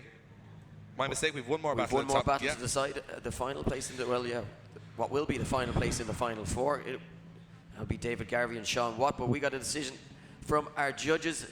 Or are they still deliberating, still discussing this one, Dave? Sorry, Dylan Garvey, not David Garvey. Dylan Garvey, yes. Yeah. You almost get David Garvey's hopes up there. Am I still in it? This is Dylan Garvey that's going into his top 8 battle after this. Scores will drop in from the judges. They're still having a little bit of a deliberation on this one. Remember, tomorrow we're expecting almost 3,000 people in this venue for the pro finals, where the top 4 from today will make it through to join the pro guys, regarded as some of the best in the world, including Dwayne McKeever, the current man to beat, Jack Shanahan, the current Irish GIF champion, and of course his brother Connor, 14 years of age, currently sitting 2nd in the pro class. And all those guys will be in action tomorrow. According to Mitch Larner, flying all the way from Australia to be here to fight for the championship tomorrow. An incredible lineup of drivers, and they have got a little bit of practice in earlier today, but tomorrow they will come out here to put on a huge event. We have even some surprises in the store tomorrow. Some surprises. We're not going to say what they are, but if you're here tomorrow, we've got some big surprises coming. So make sure that you either make it here in the flesh. If you're in Ireland, make it here in the flesh. If you're not in Ireland, it's difficult to get here, but watch it on the live stream tomorrow from across the world. And it looks like our judges may have made a decision at this stage. I'm not sure, but of course they're still deliberating it. Kevin O'Connell giving a lecture to the other 2 judges. Yeah, he's telling them about his opinion on this one, and of course opinions are all it's about. It's a subjective sport. That's what it's all about, that the guys have independent decisions, but they do discuss their decisions beforehand, simply because they might have spotted something another judge did. That's why 6 eyes are better than 2, and not always agreeing, Eddie, as we've watched over the years. Oh, and we like to see a little bit of deliberation from our judges. It shows they're thinking about it, shows they're willing to fight their corner. Because the last thing you want, I mean, look, they've set out the standards, they've set out the guidelines for the drivers of what they want, where they want them placed. But of course, each driver will look at different things, or each judge rather will look at each error or advantage differently. And I mean, the fact that this has gone so long means Jack Shields done something in the second run to get himself back in the argument here. That is a fact. And yeah, absolutely. Looks like the scores are now locked in. Which way will it go? Who's going to go to the top 4? Kevin goes one more time, and Dan goes one more time. We're going one more time between Jack Shield and Jordan Boyce, and Jack Shield is still in the game. Talk us through it, guys. That one balanced itself out in the second run. Yeah, definitely a lot of debating going on here over that run. The way I look at it is both lead runs were very similar. Not perfect, but relatively close to the qualifying line. Then you would look at 2 very different chase runs. Jack's chase run, he was really aggressive. Okay, he was definitely on a shallower line to maintain that proximity because he does have a slower car, but we like to see that aggression. So he overall he definitely had a slight advantage from his chase. Okay, he made slight contact as well, which did deduct a little bit of that advantage, but still overall still had an advantage. Then when you swap them around, then unfortunately Jordan just didn't bring the battle at all. I think he played it way too safe and left too much of a gap, and then that switched it around then again. So we were really splitting hairs here, like trying to decide over a winner. So we thought it was a lot easier to go one more time. Well, there you have it. It goes one more time, and they're back on the start line now. Jordan Boyce and Jack Shield. Jack Shield has just been in the competition. He will not go away today. And Jordan Boyce is going to have to, you always see, I'm not sure if there's a sprinkle of rain here, but I think Jordan Boyce is making sure that windscreen is clear and ready to go, and a space in the top 4 up for grabs for one of these guys. They are off the line again. Yeah, I'm very impressed with the never say die attitude of Jack Shield, keeping himself in this one, not letting go. Could we see him into the final 4? Jordan Boyce in that lead position once again, but Jack Shield is right there with him. Much better this time around from Jack Shield, not getting lost, and he's door to door here now with Jordan Boyce as they come around by the penultimate wall run, switching it back. Shield is right there with Jordan Boyce. Jordan Boyce crossed the line, but unable to shake Jack Shield, Dave. And you know what? That is very, very important. That's the best What a run from Jack Shield. Yeah, best chase run of the day for Jack Shield there. And I mean, he's had aggression and moments of being close, but that run, he stayed pretty much glued to Jordan Boyce throughout the whole circuit, especially on the top end of the circuit away from us here, where he actually just was wheel to wheel. He hasn't got the same kind of power, but what he has got is the ability to just feather that throttle to stay in the fight. And when he looked like he was going to get caught towards the end, he didn't, and stayed with Jordan Boyce. Jordan Boyce has a big task here. He certainly does. Could Jack Shield have Jordan Boyce rattled here, Dave? you know what? I'm not. Jordan Boyce hasn't had it easy today, but right now he's up against it in that Sierra. He's got to actually. I'm sure his team are on the radio saying, "Man, you got to really throw this one down because Jack Shield is not going away." Looks like we are good to give orders. Start line releases the cars. Shield, look at Boyce though, going for it from the off here. Yeah, very aggressive on the run up from Jordan Boyce, and both drivers again right on that outer qualifying line, switching it back nicely through the midsection, and the speed they're carrying. A little bit off some of the clips though from Jack Shield. Jordan Boyce making contact with the wall once again. That boot getting awful trouble today. Oh, Jordan Boyce shallows up very much though. Really coming offline just in the final sections. I think they almost forgot that the run was over. And you know what? Jack Shield has just spent 2 weeks in Japan driving a Bisu in his JZX, and I think that might have paid dividends here because that looked to me like he put Jordan Boyce under pressure there on the second run. Guys, a round of applause for Jordan Boyce and Jack Shield. But who is going to go through to the top 4? So Jack Shield, Jordan Boyce, who's going to take the win? Going through to the top 4 is... It's Jack Shield. Jack Shield gets the win and goes through to the top 4 of the pro amateurs here at Drift on the Docks 2. And what a turn up for the books there. Jack Shield gets through, shakes his head to the crowd because he can't even believe it himself. Guys, back to you. Talk us through it. An incredible run there from Jack Shield. Yeah, another close one there. Okay, Jordan has a good lead run, very good lead line on the first run. Jack has proximity.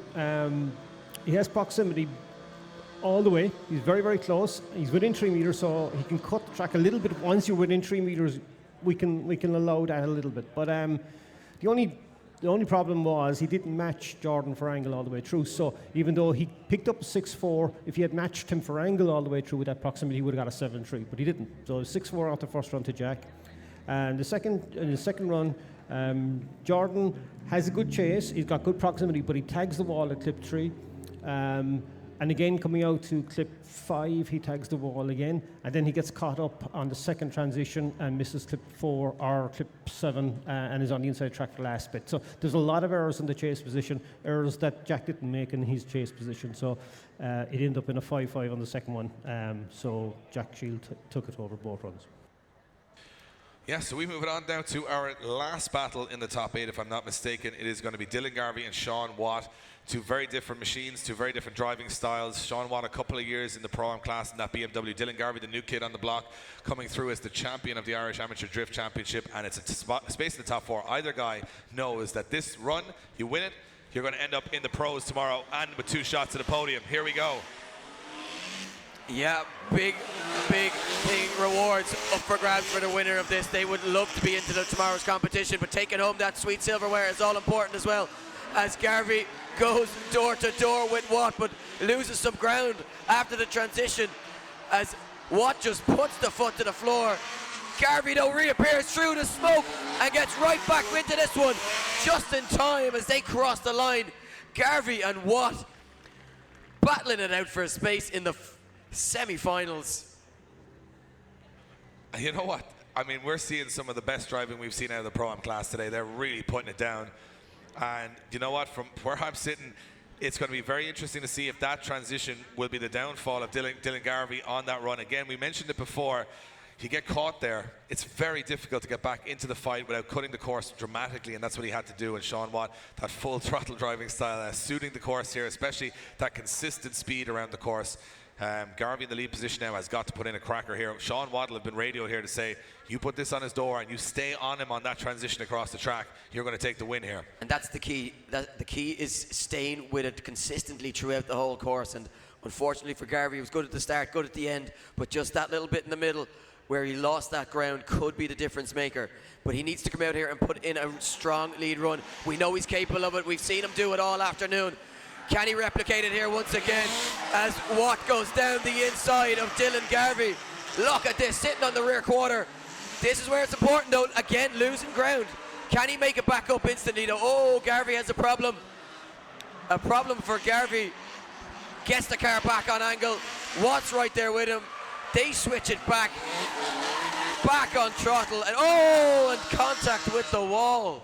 Yeah, Garvey hits the wall and luckily steers himself out of any further trouble, but hits the wall pretty hard. There's actually a little bit of give in those barriers, and it bounces the car back out again. It looks like all four wheels are pointing in one direction, but yeah, I'm not too sure if Garvey has done enough there. But guys, for trying so hard, give it up for Dylan Garvey and Sean Watt.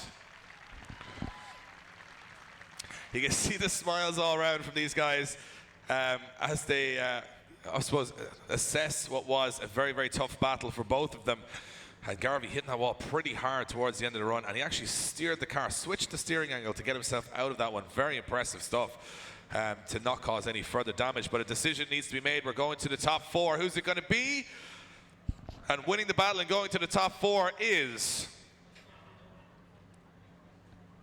It's Sean Watt. Sean Watt goes through to the top four. Dylan Garvey bows out in the top 8. And of course, a big error from Dylan Garvey at the end there. Probably not the way you want to finish the run, and obviously hitting the wall and coming across the finish line facing the wrong direction. Not exactly what you want to be doing. So it now leaves us with 4 drivers remaining. Yeah, the final 4 is set up just, I suppose, for Dylan Garvey's shame after the way he's driven that he's had to bow out of competition. But yeah, what an exciting final 4. What about Jack Shield, though? Jack Shield has overcome, David, Dean Crozier in the top 32. Who was second in the championship. Who was second in the champions. Terence Fury in the top 16. Top 5 qualifier. Who was on fire. Jordan Boyce in the Great 8. Top 4 qualifier. Now he comes up against, in the final 4, a man who is undefeated, hasn't been out-qualified in IDC, in BDC in 2018.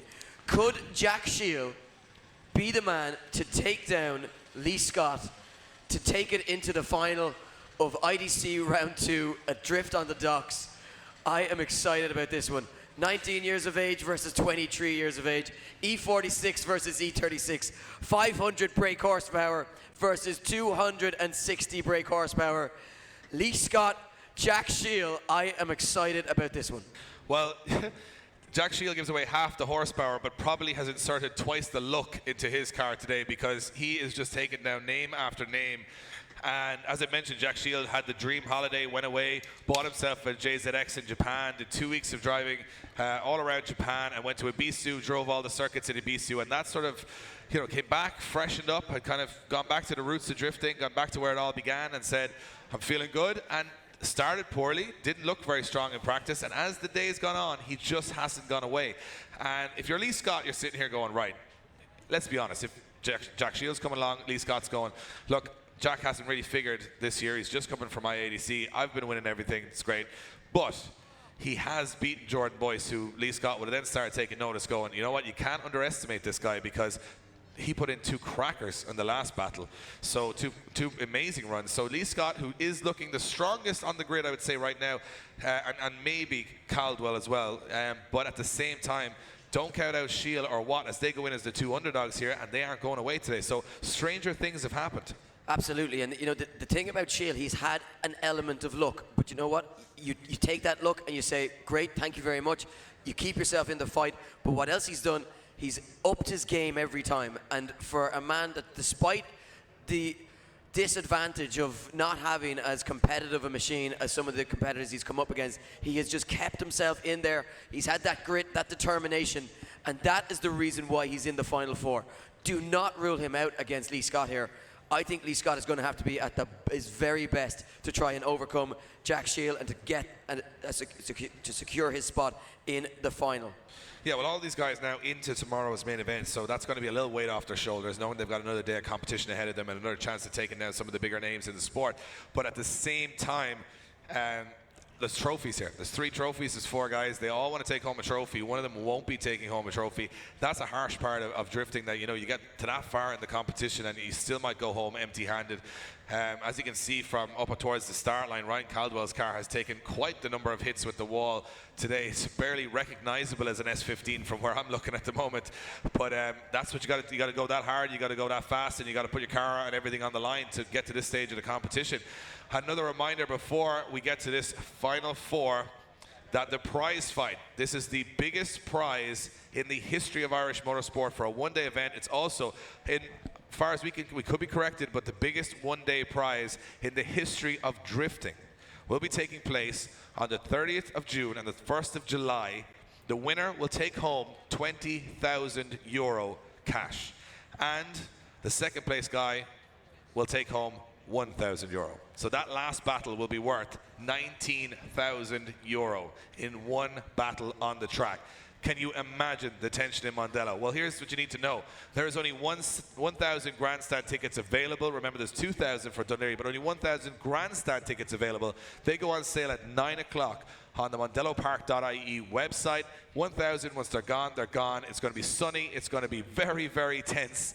We also have a huge amount of international guests coming from all across the world to try and steal that €20,000 away from the Irish. So it's going to be a very, very interesting event. You guys got to check it out.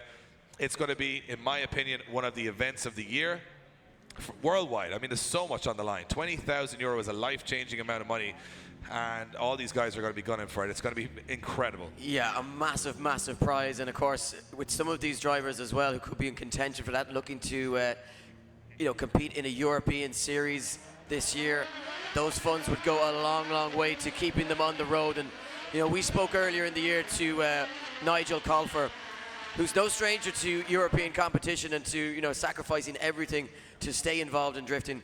And that type of prize money could keep a guy going for quite a long time. You can be sure Lee Scott and Jack Sheeler are having a little look at that now with the result today. But who is going to go through to the final drift on the docks 2? Who will be in the last ever Pro-Am final in Dún Laoghaire? Is it Jack Shield? Is it Lee Scott? Can Jack Shield take down the undefeated Lee Scott? Here we go. Scott to lead them in, but look at the aggression here from Jack Shield. Jack Shield staying right with him. Where's he finding this pace? It's unbelievable how he can stay on the door. Oh! Big dive down the inside on transition, and Jack Shield is not giving an inch. Now Lee Scott though starts to pull, turn the screw, and just shoots into the distance, and he's so quick through that zone. Ladies and gentlemen, I want everybody in Dún Laoghaire, everybody in the grandstand to raise their roof and give a round of applause to Jack Shield, because you know what? With the disadvantage, how he stayed in that for as long as he did is unbelievable. I think he may have a puncture. Does he have a tyre off the... I think he may have a tyre off the rim, yeah. On the second time for Jack Shield. Would you believe it? Now remember, this can happen simply because Jack Shield is trying to drop his tyre pressure so low to get any sort of grip against these higher horsepower cars that he's leaving that option of debeating happening quite regularly. Yeah, you can just see it confirmed. Tyre off the rim for Jack Shield. Dave, where has he found this ability to keep with some of the fastest cars on the grid? So, I mean, look, it's unlucky. We saw that spin, but now we know why.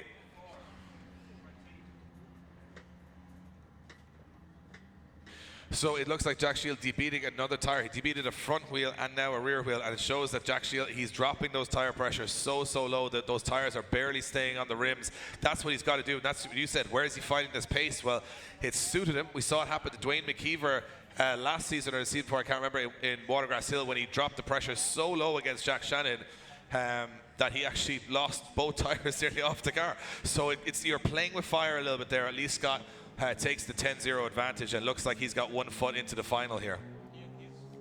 Yeah, 1 foot in the final for Lee Scott, but he was really pushed right to the wire on that one. And look, Jack Shield almost made it around that circuit, and if we were going into the second half of this battle, you'd imagine that Shield would have had quite the advantage, having put in such an impressive chase run.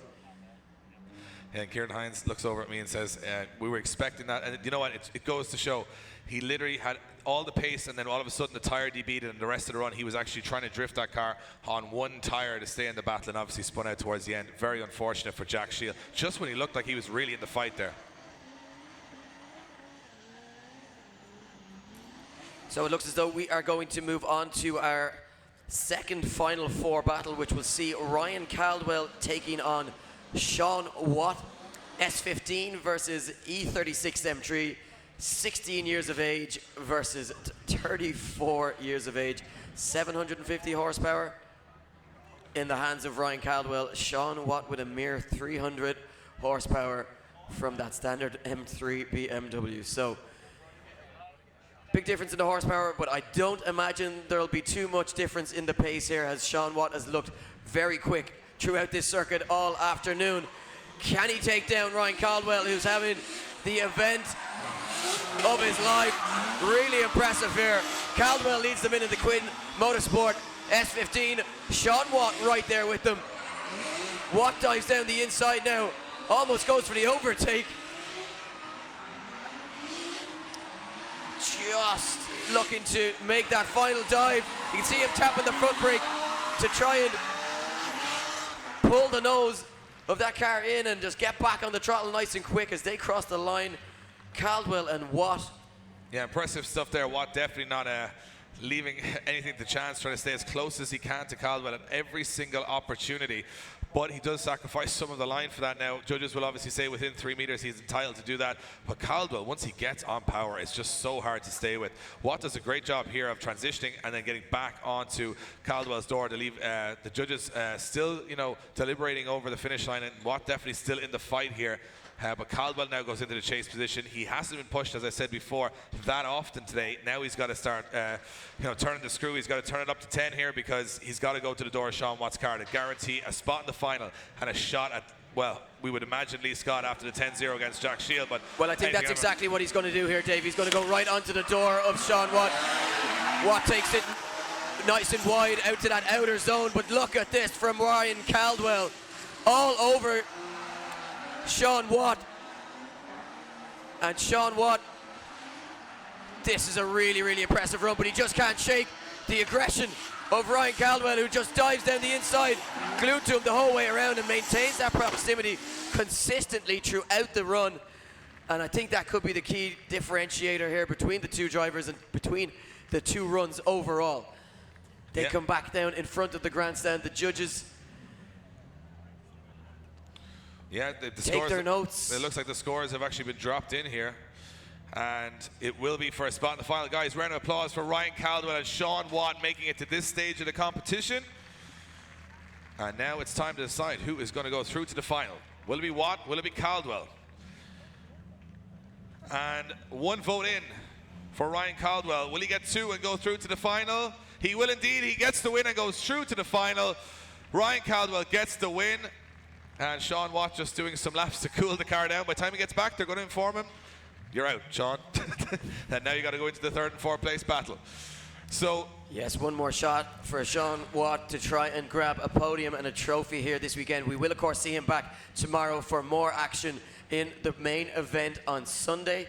Yeah, and what an opportunity for these young drivers to be able to go up against some of the best in the business for the final time in Dunleary. And we're hoping for some more sunshine tomorrow. But we have one more matter to decide. Who is going to go through to that last place in the final? Will it be Lee Scott with a 10-0 advantage over Jack Shield after a very unfortunate second tyre DB'd? yeah, Jack Shield just changing those tires to get back out on circuit. I mean, he has a 10-0 disadvantage now. Stranger things have happened. But Lee Scott is probably going into this one fairly confident, just putting in a run, getting himself to the final. He now knows he's got Ryan Caldwell in the final. If there's one man here that we've kind of been saying all day could take him down and get around that undefeated streak, and you even said it earlier on, Eddie, it will be Ryan Caldwell. So Scott and Caldwell will be more than likely your finalists, but stranger things have happened, and Jack Shield has one run left. This isn't the second time that Jack Shield has been at a 10-0 or had a significant disadvantage going into the second half of a battle. Absolutely. That being said, he hasn't been up against Lee Scott in any of those previous battles either. But do not rule it out. You never know what could happen. No, and that's the thing about drifting. And if you think it's going one way. If Jack Shield can DB the tyre, so can Lee Scott. That is very true. Well, looks like we're ready to rock and roll. Lee Scott and Jack Shield are back down, and this might just be the last run for Jack Shield before. If he loses this one, remember, he still gets a shot at the podium against Sean Watt. That is our next battle up, if that is the case. Scott just has to get around the circuit. We expect him to do that, but you know what? Anything can happen. As they come off the line, it's Shield to lead him in, Scott to follow. Yeah, and Shield, he can only do what he can here and just hope for the best. He's got to put in a big run and just hope that there's a mistake behind him. Lee Scott, though, doing a nice job, just staying consistent here, keeping a relatively safe distance behind without forcing an issue. Now starting to close that in a little bit just through the final sections. And safely across the line. No real need for the judges there. It looks as though that would be our final battle decided. Yeah, we're not experts, but I think everyone at home and everyone here can probably tell what way the scores are going to drop in here. And going through to the final to face Ryan Caldwell is Lee Scott. Lee Scott gets the confirmation from the judges. He goes through. Jack Sheila comes straight back out for his battle with Sean Watt for a third step on the podium. I'm looking forward to that. 2 BMWs, 2 go door to door, and then the heavyweights of the Pro-Am class. Ryan Caldwell and Lee Scott are in the final. That's a very exciting way to finish the day, Eddie. I'm looking forward to it. Yeah, I mean, we looked at this one at the start of the day when these two guys qualified first and second. The chances were they could only meet in the final from that point on, and we have got the final that we've desired. Now, what's important here? Lee Scott, undefeated in 2015. We've mentioned it a couple of times. Maybe you didn't hear us.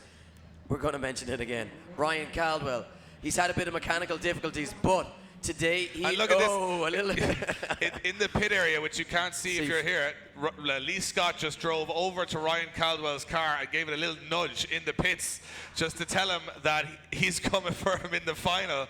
So those guys are behind the scenes getting everything ready for that final, and we move it on to Sean Watt and Jack Shield. But it showed Lee Scott all the way down, almost running over Ryan Caldwell in the pits. Sort of a little cheeky nudge to say, I'm coming for you. Yeah, a few little mind games. It starts early, and it's all about the mind games.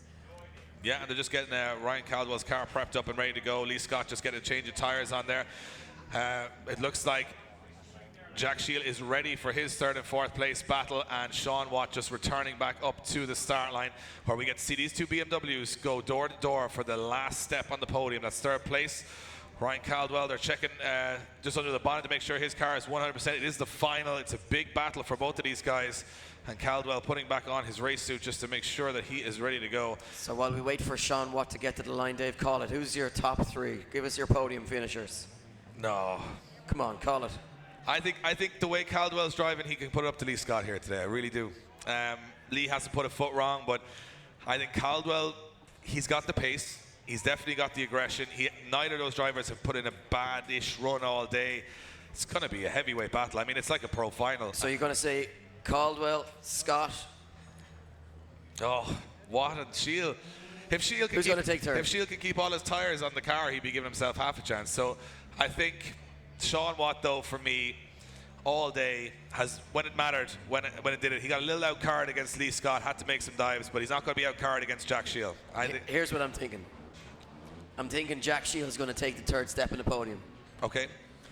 And I'm thinking Caldwell is going to put a dent in Lee Scott's run of unbeaten battles big shouts. this year. Big shouts. That's where I'm going with it. Yeah, well, good thing there's no money on it, Ed. We can guess all day.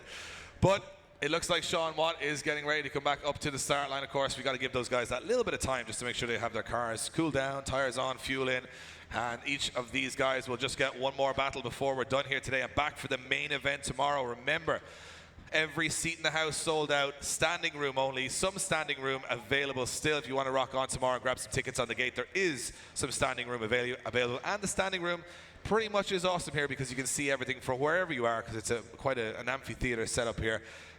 But obviously tomorrow we are going to bring the pros out. We're going to have a hell of an event and a hell of a way to send off this incredible venue.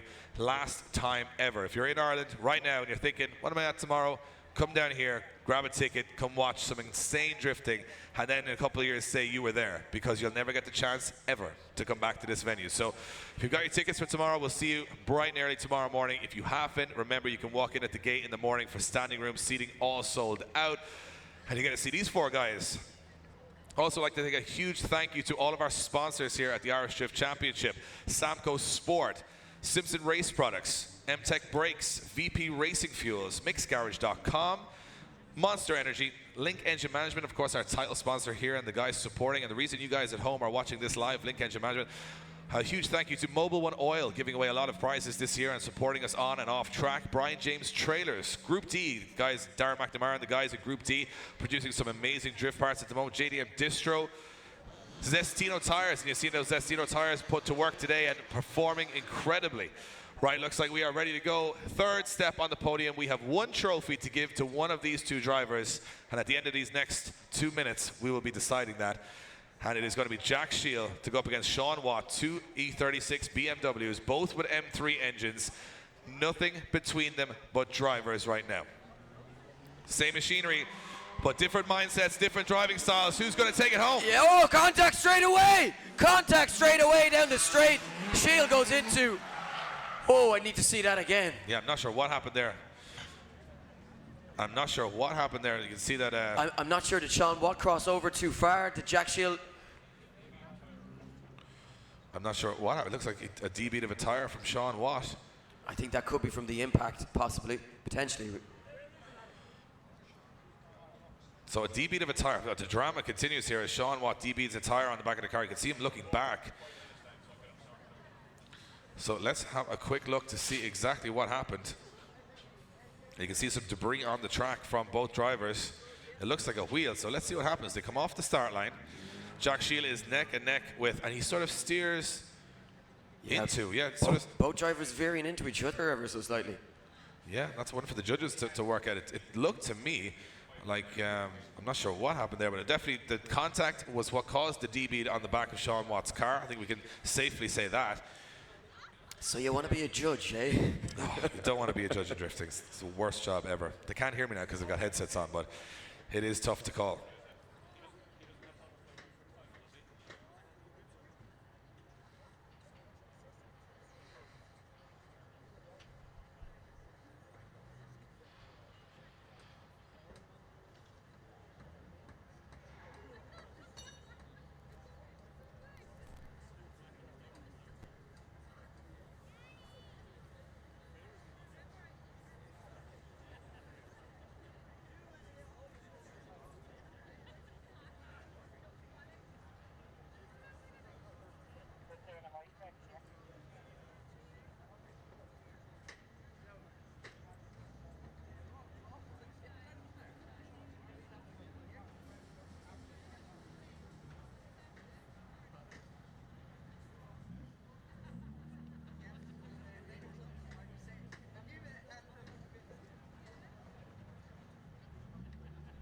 So we were having a little deliberation with our track managers and our judges there, and we're going to fill you in on exactly what happened there.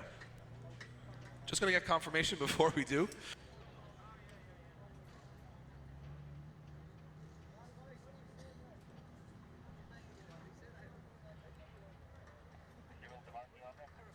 So again, just having confirmation. Yeah, just bear with us while there's a quick break. We're just looking for confirmation of what exactly is going down in the pits.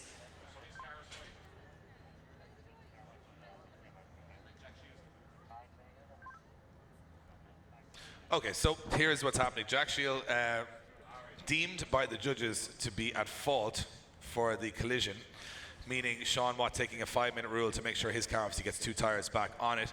And Jack Shield will return back up to the line to get going in the second half of this battle. Just a little bit of the judges are obviously just having a discussion about the contact. It looked like Jack Shield just turned into Sean Watt a little bit too early, hitting him on the run-up.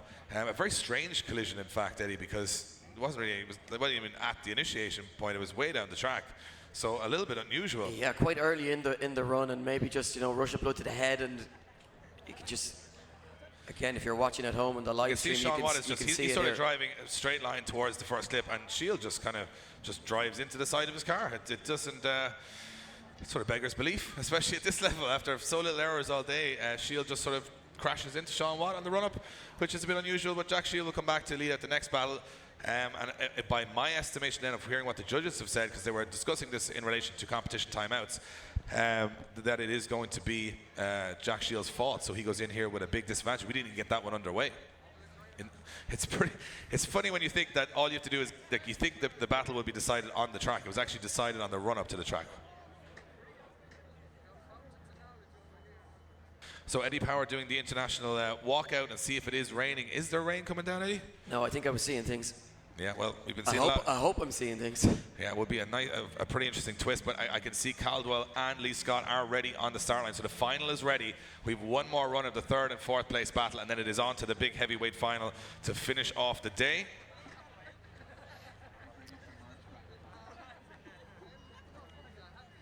So don't forget, if you are in attendance and you're going to be joining us again tomorrow, make sure and head over to the merchandise tent and check out some of the brand new IDC range. Also, if you're watching at home online, check out www.driftgames.life, where you can check out the whole range of IDC and Drift Games merchandise and team wear.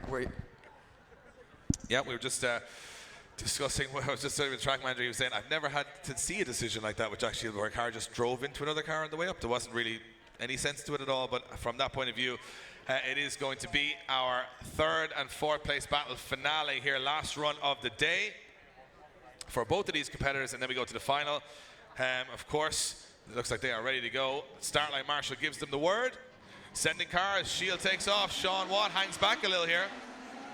Yeah, Sean Watt hangs back. Shield looking very aggressive. Look at the line he takes, throws it out to the wall. He is steering like a madman just to try and hope for something to happen behind him, but I don't think Sean Watt's going to give up a mistake. He knows that he has this one if he can just get it across the line.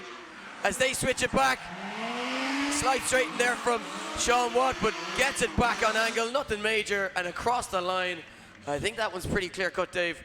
Yeah, that one to me finished off that one pretty smoothly. It started very abruptly, but with some contact, but now it looks like we will have a decision for third place on the podium.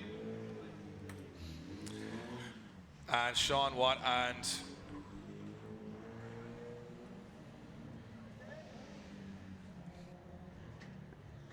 so we send both cars back down to get the decision, and it looks like we have a decision, and taking third position on the podium in the Pro-Am class and taking home the third step is Sean Watt. Sean Watt takes third place on the podium. And Jack Shield will take fourth position, but back out for action tomorrow. Yeah, it just wasn't to be for Jack Shield, unfortunately. Maybe pushing the luck just that little bit too far, and a little bit of over-aggression costing him. But Dave, what about the final we have in front of us? I think it's a final befitting of this spectacular arena that we have here in Dunleary. Lee Scott is going to take on Ryan Caldwell. These two guys, 16 and 19 years of age, in monstrous cars. They are the future of the sport. There's pros that will be watching on, dreading the thoughts of coming up against either of these two young guys tomorrow. But right now, they're going up against each other in the final in Dunleary for the last time in a Pro-Am competition. Who's it gonna be? Who's gonna take home that trophy? Who's gonna take the top step on the podium? Is it gonna be Scott? Is it gonna be Caldwell? The marshal gives their orders. We are underway. Scott leads in. Caldwell side by side down the straight. Caldwell puts in a phenomenal lever, but Caldwell is right there as they come to that transition. Caldwell's got to stay in it, and he does stay in it. What about that from a transition, though, as Caldwell dives down the inside, glued to the door of Caldwell, or of Scott, as Scott throws it out to the wall. As they transition for the last time, Caldwell appears through the smoke, right out to the wall and over the line. Dunleary, raise the roof for your finalists, Lee Scott and Ryan Caldwell. Incredible stuff. Is there flames underneath Lee Scott's car? That's the kind of heat that thing is pushing at the moment.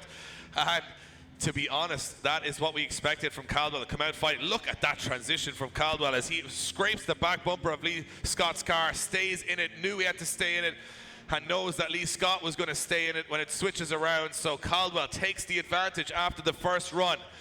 Now, Lee Scott, what have you got? You haven't been beaten in Pro-Am for 2 or 3 events now. This is the biggest deficit he'll have to overcome after the first run. He has got to put this on the door of Caldwell's car for the entire run to smash this home and take another trophy. Yeah, he's got to be glued to him, Dave. I mean, Ryan kept that proximity the whole way through the circuit. He didn't falter, he didn't fall back at any point, he just stayed steady and consistent. Lee Scott now needs to put in the run of his life. He needs to be right there all the way, side by side, door to door. Here we go for the last run of the day. Dunleary, get on your feet for your finalists. Caldwell and Scott. Look at this though from Lee Scott. Lee Scott is right on the rear quarter. This is where it gets tricky. Transitions beautifully and back on to the back wheel of Ryan Caldwell, side by side. through the midsection. Oh! Big angle. Look at this. Hands out the window. Ladies and gentlemen, your finalists, Lee Scott and Ryan Caldwell. Oh. The grandstand are on their feet, Dave. What about that? What a final. What a send-off for Dunleary. As they get out of the cars one last time, make some noise for Lee Scott and Ryan Caldwell. That is going to be a close decision between these two. And Dave, that is the future of Irish drifting. We are in safe hands. Absolutely, and we're going to make sure that the judges have a decision. Once they have a decision, they will pass that to me. I will make my way to the circuit to announce the third, second, and first on the podium. Stay where you are in the grandstands. Give these guys as much support as possible. We will have champagne popping in a few moments' time, that if it doesn't go to one more time, which it may very well do. Also want to take an opportunity while the judges are deliberating. Okay, so it looks like we have a decision. So it looks like we have a decision, and you know what? Here's the decision. It's a one more time! Oh! Could you write it? A one more time, the judges, sneaky as always. A one more time is the call, and guys, talk us through it. No separating both of those guys there. No, almost a mirror image of both. I suppose the only little things was Ryan's transition behind Lee was better at the first transition, whereas Lee had a little bit of separation and Eason did a little dive, but then Lee had a very, very strong finish. Ryan was off clip 7 here in front. It was just tiny little things, and we were only trying to find little tiny errors. So I think overall it's very, very close. So we're going to go one more time. Well, there you have it. And while we are here, I want to take a little time to sort of promote one of our Irish-grown, the new Drift magazine. If you guys can see that, the new Drift magazine is in stores now across Ireland. If it's not in your store, you can request it. I'm going to block Eddie's head with it there. So, yeah. Whoop, whoop, whoop, whoop. The new Drift magazine, if you want to check out some insane cars, and of course lots of features on IDC drivers, IDC events, everything right in there, so make sure you pick it up. Yeah, well worth the purchase, well worth the read, and supporting homegrown talent. They're putting Irish drifting out there in the shops for the global or national audience, and hopefully we'll see a big return in people reading that magazine and coming to events. Yeah, and then you can see there the guys from Kevin Quinn, Joe Doyle, pro drivers in the competition tomorrow, making sure Ryan Caldwell gets back out on track. They're putting new tires on the car. And of course, important to remember that obviously these things going through fuel and tires like there's no tomorrow. Yeah, fresh Zestinos going on the back of the Quinn Motorsport S15. Well, I mean, if you look at it from another perspective in Pro-Am, if you took it from Zestino Tires perspective, 2 Zestino Tires drivers in the final of Pro-Am today in Lee Scott and Ryan Caldwell. So a great day out for the Zestino Tires crew. Obviously a brand new and a created tire in Japan. So that tire was actually created by testing in Japan specifically for drifting. And comes in 3 compounds, so all the guys here are using the soft compound to get the maximum amount of grip out of the car. But as you can see, 2 Zestino tire cars making it through to the final, and fuel and tires will be on just like a Formula 1 pit stop, but with a load of random lads from the north behind the scenes getting that car ready. And Ryan Caldwell's car has taken a hell of a beating today by the looks of it as well. Yeah, you can see quite well, if you're watching at home online, you can see some quite significant damage to that rear end. But of course, these cars designed in such a way that they can take that rear end damage and it doesn't cause any problems for the chassis. No, and of course, Ryan Caldwell's car does have quite a few valuable pieces in the back. The rear radiator of that car is in the rear of the car. So it's a very, very high-spec car, 750 horsepower. But after those first 2 runs, I mean, this has to be finished now. It can only be one more time. So that's the way it works. So this has to be decided in the next 2 runs. That's it. After the next 2 runs, we have a winner. So this is pressure on, not only for the drivers, but now for the judges with the way these guys are driving. Yeah, I mean, when you see two runs like that side by side, how do you try and pick a winner? Because you've so little to work off. Just minor mistakes. Nobody's giving you a big mistake to say, okay, yeah, that was a big deduction here or there. No, and of course, remember also that they always go a little bit harder on the one more time because they know whatever they did on the first 2 runs wasn't enough to win the battle. So that's when you start to see mistakes creep in a little bit just towards the end, because you're pushing right to the limit. Someone in the next 2 runs is going to do something or try something that's almost next to impossible to try and win, because they know the other guy's not going to back down. They know a good run's not going to win it. They know a great run's not going to win it. It has to be a sensational moment that swings the judges their way, and that means you got to put the car on the line. That's what you got to do at this point. You've got to put the car on the line. You've got to essentially risk it. Risk losing to try win is what these guys are going to do now. Yeah, they say attack is the best form of defense, and these 2 guys are going to have to come out attacking. These cars have taken serious punishment all day. 2 more runs left in it. Yeah, everybody, I think if you're here for the whole day, Pro-Am, we'll get on our feet for the final. These guys deserve it. Lee Scott and Ryan Caldwell have been putting it down. Let's get on our feet. Let's put a bit of atmosphere in the place for Pro-Am in IDC, as Lee Scott and Ryan Caldwell are ready to throw down for 2 more runs for a top spot on the podium. And you can guarantee you it's well worth standing up for after that first run. Let's give them a big cheer of encouragement as they come off the line. Lee Scott to lead in Ryan Caldwell. Here we go. Scott leads them in. Look at the aggression, though, from Ryan Caldwell. Caldwell all over him, door to door, right out to those wall zones now. As they switch it in, can we see a dive from Caldwell? Of course we can. He throws it down the inside. Scott starts to pull a bit of a gap. Can Caldwell come back into it? He gets right back in it, throws it on the door, applies the pressure, and as they cross the line, hand out the window from Lee Scott. Caldwell stays with him all the way. And you can see the heat in Lee Scott's car, firing flames under the car, just as high that engine is tuned, that RB25, and as the Zestino tire smoke clears the arena. 1 more run, and we're done for Pro-Am. We're back for the main event tomorrow. But who's going to take it home?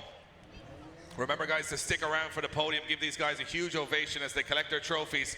But which trophy is going where? Well, we're about to decide that in the next 40 seconds. Caldwell and Scott, the last run of the day. Neither of these drivers deserves to go home taking home second place. They've been on it since this morning. Who's it going to be? Caldwell, Scott, the last time. Look at that stuff from Lee Scott, right onto the door. The precision driving at such pace with everything on the line. Big angle from Lee Scott as he throws it now down the inside. Caldwell brings it to the wall. They switch back for the final time, and a big dive from Lee Scott down the inside. Side by side across the line. Don Leary, make some noise. Lee Scott just punched his helmet with his hand after the finish, going, what the hell was that about? And Lee Scott just trying to cool the car down. It looks like we'll have to take a decision here. Once I get it, we will be running down to the podium. Guys, a round of applause for Caldwell and Scott. What an impressive performance for both of these guys.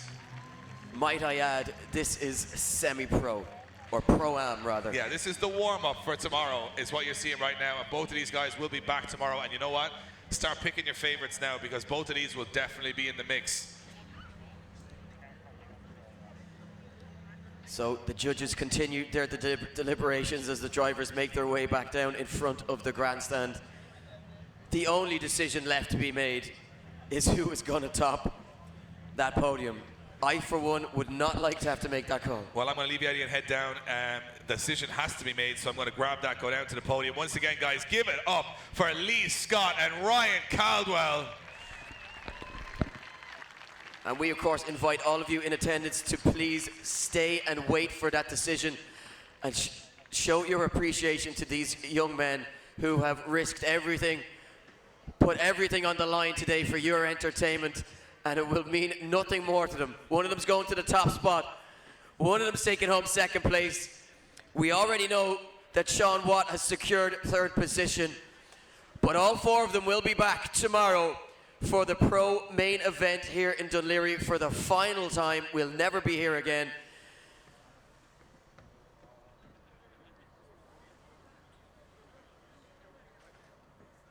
So the judges continue to watch replays here. So little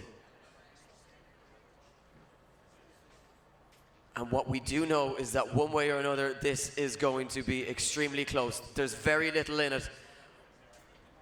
Can Lee Scott maintain his undefeated streak in 2018? Can Ryan Caldwell take down that undefeated streak and go top? The decision is in, and Dave Egan is going to make his way down to the podium. We are going to announce the winners momentarily.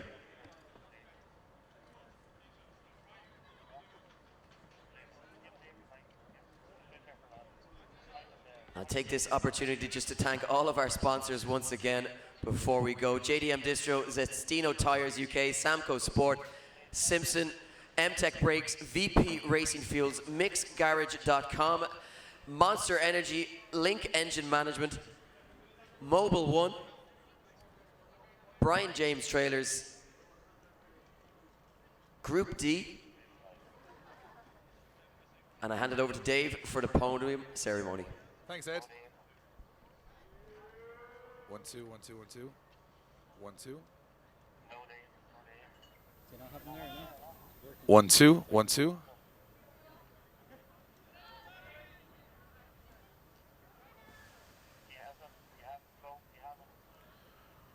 1 2 1 2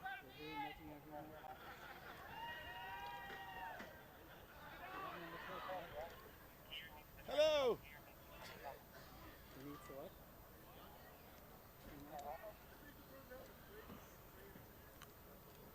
1 2 1 2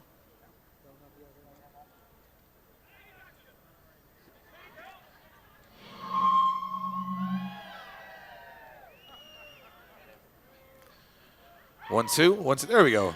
Hey, it's a live show. Come on. So, an incredible day, guys. Give these three drivers a huge round of applause. What a kickoff in Dunleary. That's how you finish Pro-Am on a Saturday. Gonna cheer who's back tomorrow for the main event. Okay, so I've got the all-important piece of paper. And of course, the first one is not a big shock because he drove so well today. Can you please get up for third place? Sean Watts! Make your way to the podium. Third place, a phenomenal achievement to get to third place here today. Guys, give him a big round of applause.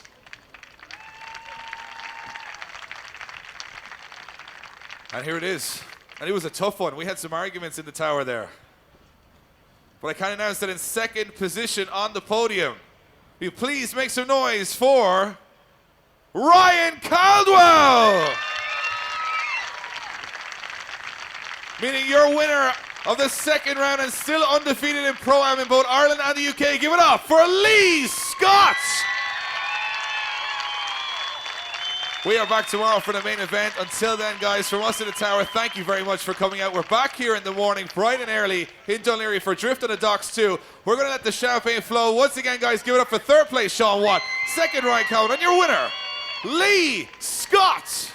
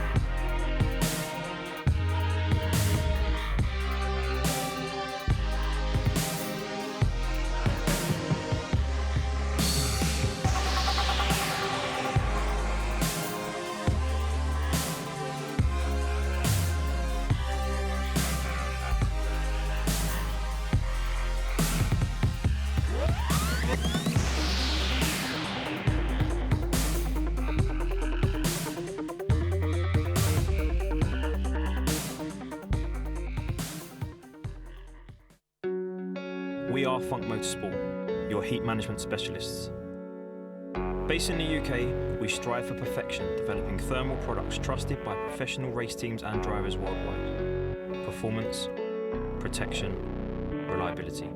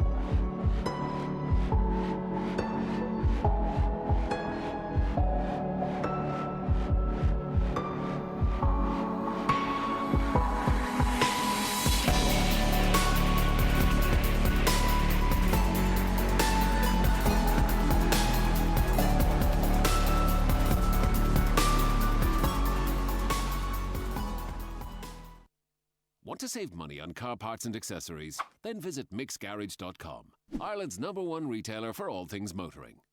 Simply enter your reg, and away you go. Repair parts, car care and tools, travel accessories and service parts, all the great brands at great prices. Mixgarage.com. Shop online now. Mobil 1 is one oil, and unlike any other, it combines multiple lubricant properties into one oil. It transforms at the molecular level. In low temperatures, it pumps up quickly to lubricate. In high temperatures, it provides outstanding protection. In harsh conditions, it adapts continuously, keeping your engine running like new. Mobil 1 lets you drive further than ever before. That's your engine evolved. Mobil 1. Energy lives here.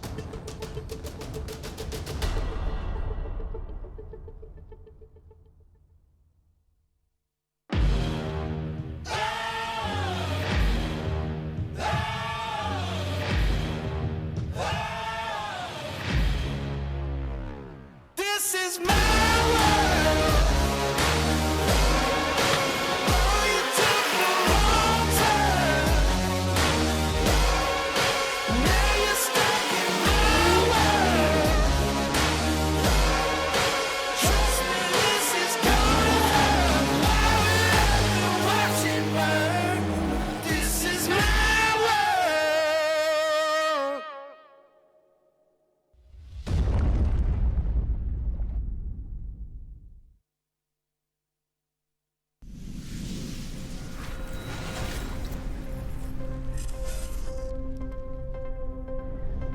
There's a reason that half the paddock, if not more here, runs Samco hose, and that's that nobody wants to be let down by a split water hose or a split boost hose. And with Samco, there's nothing to worry about.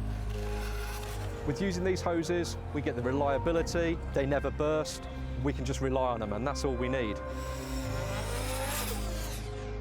Half of the grid are running Samco hoses in their cars, and there's a reason for that. They're the best in the business. I'm so happy to be running Samco hoses now, because in the past we have run other manufacturers' hoses and we have had the intercooler pipes collapsing, which obviously when you're under massive pressure on track, you have to be fully supportive and reliant on your hoses. So a lot of people ask us over the years, you know, what hoses you run. Personally, I can't think of anything better than Samco. They do what they say on the tin, they work, they don't come loose, they don't fail on you, they don't pop. You can't beat Samco.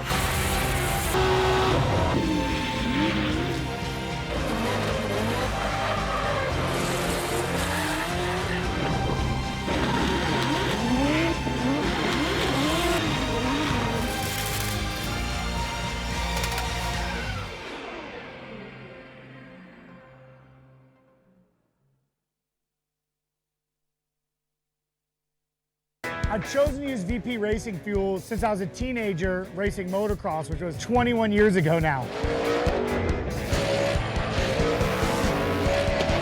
I've been using VP racing fuel for years, basically ever since I built my first race car, and you want to get that consistent fuel, it was VP through and through. Absolutely, right from the beginning. That's the brand. Yeah, I've been using VP probably since I was 10 years old racing dirt bikes.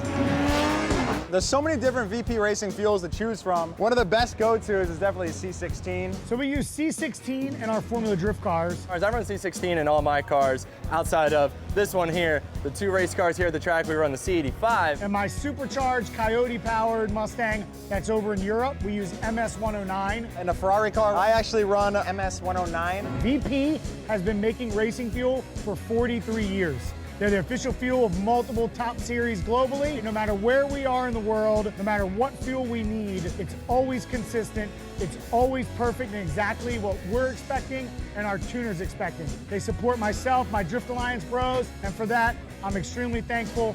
Keep making amazing fuels, and we'll keep out there having fun.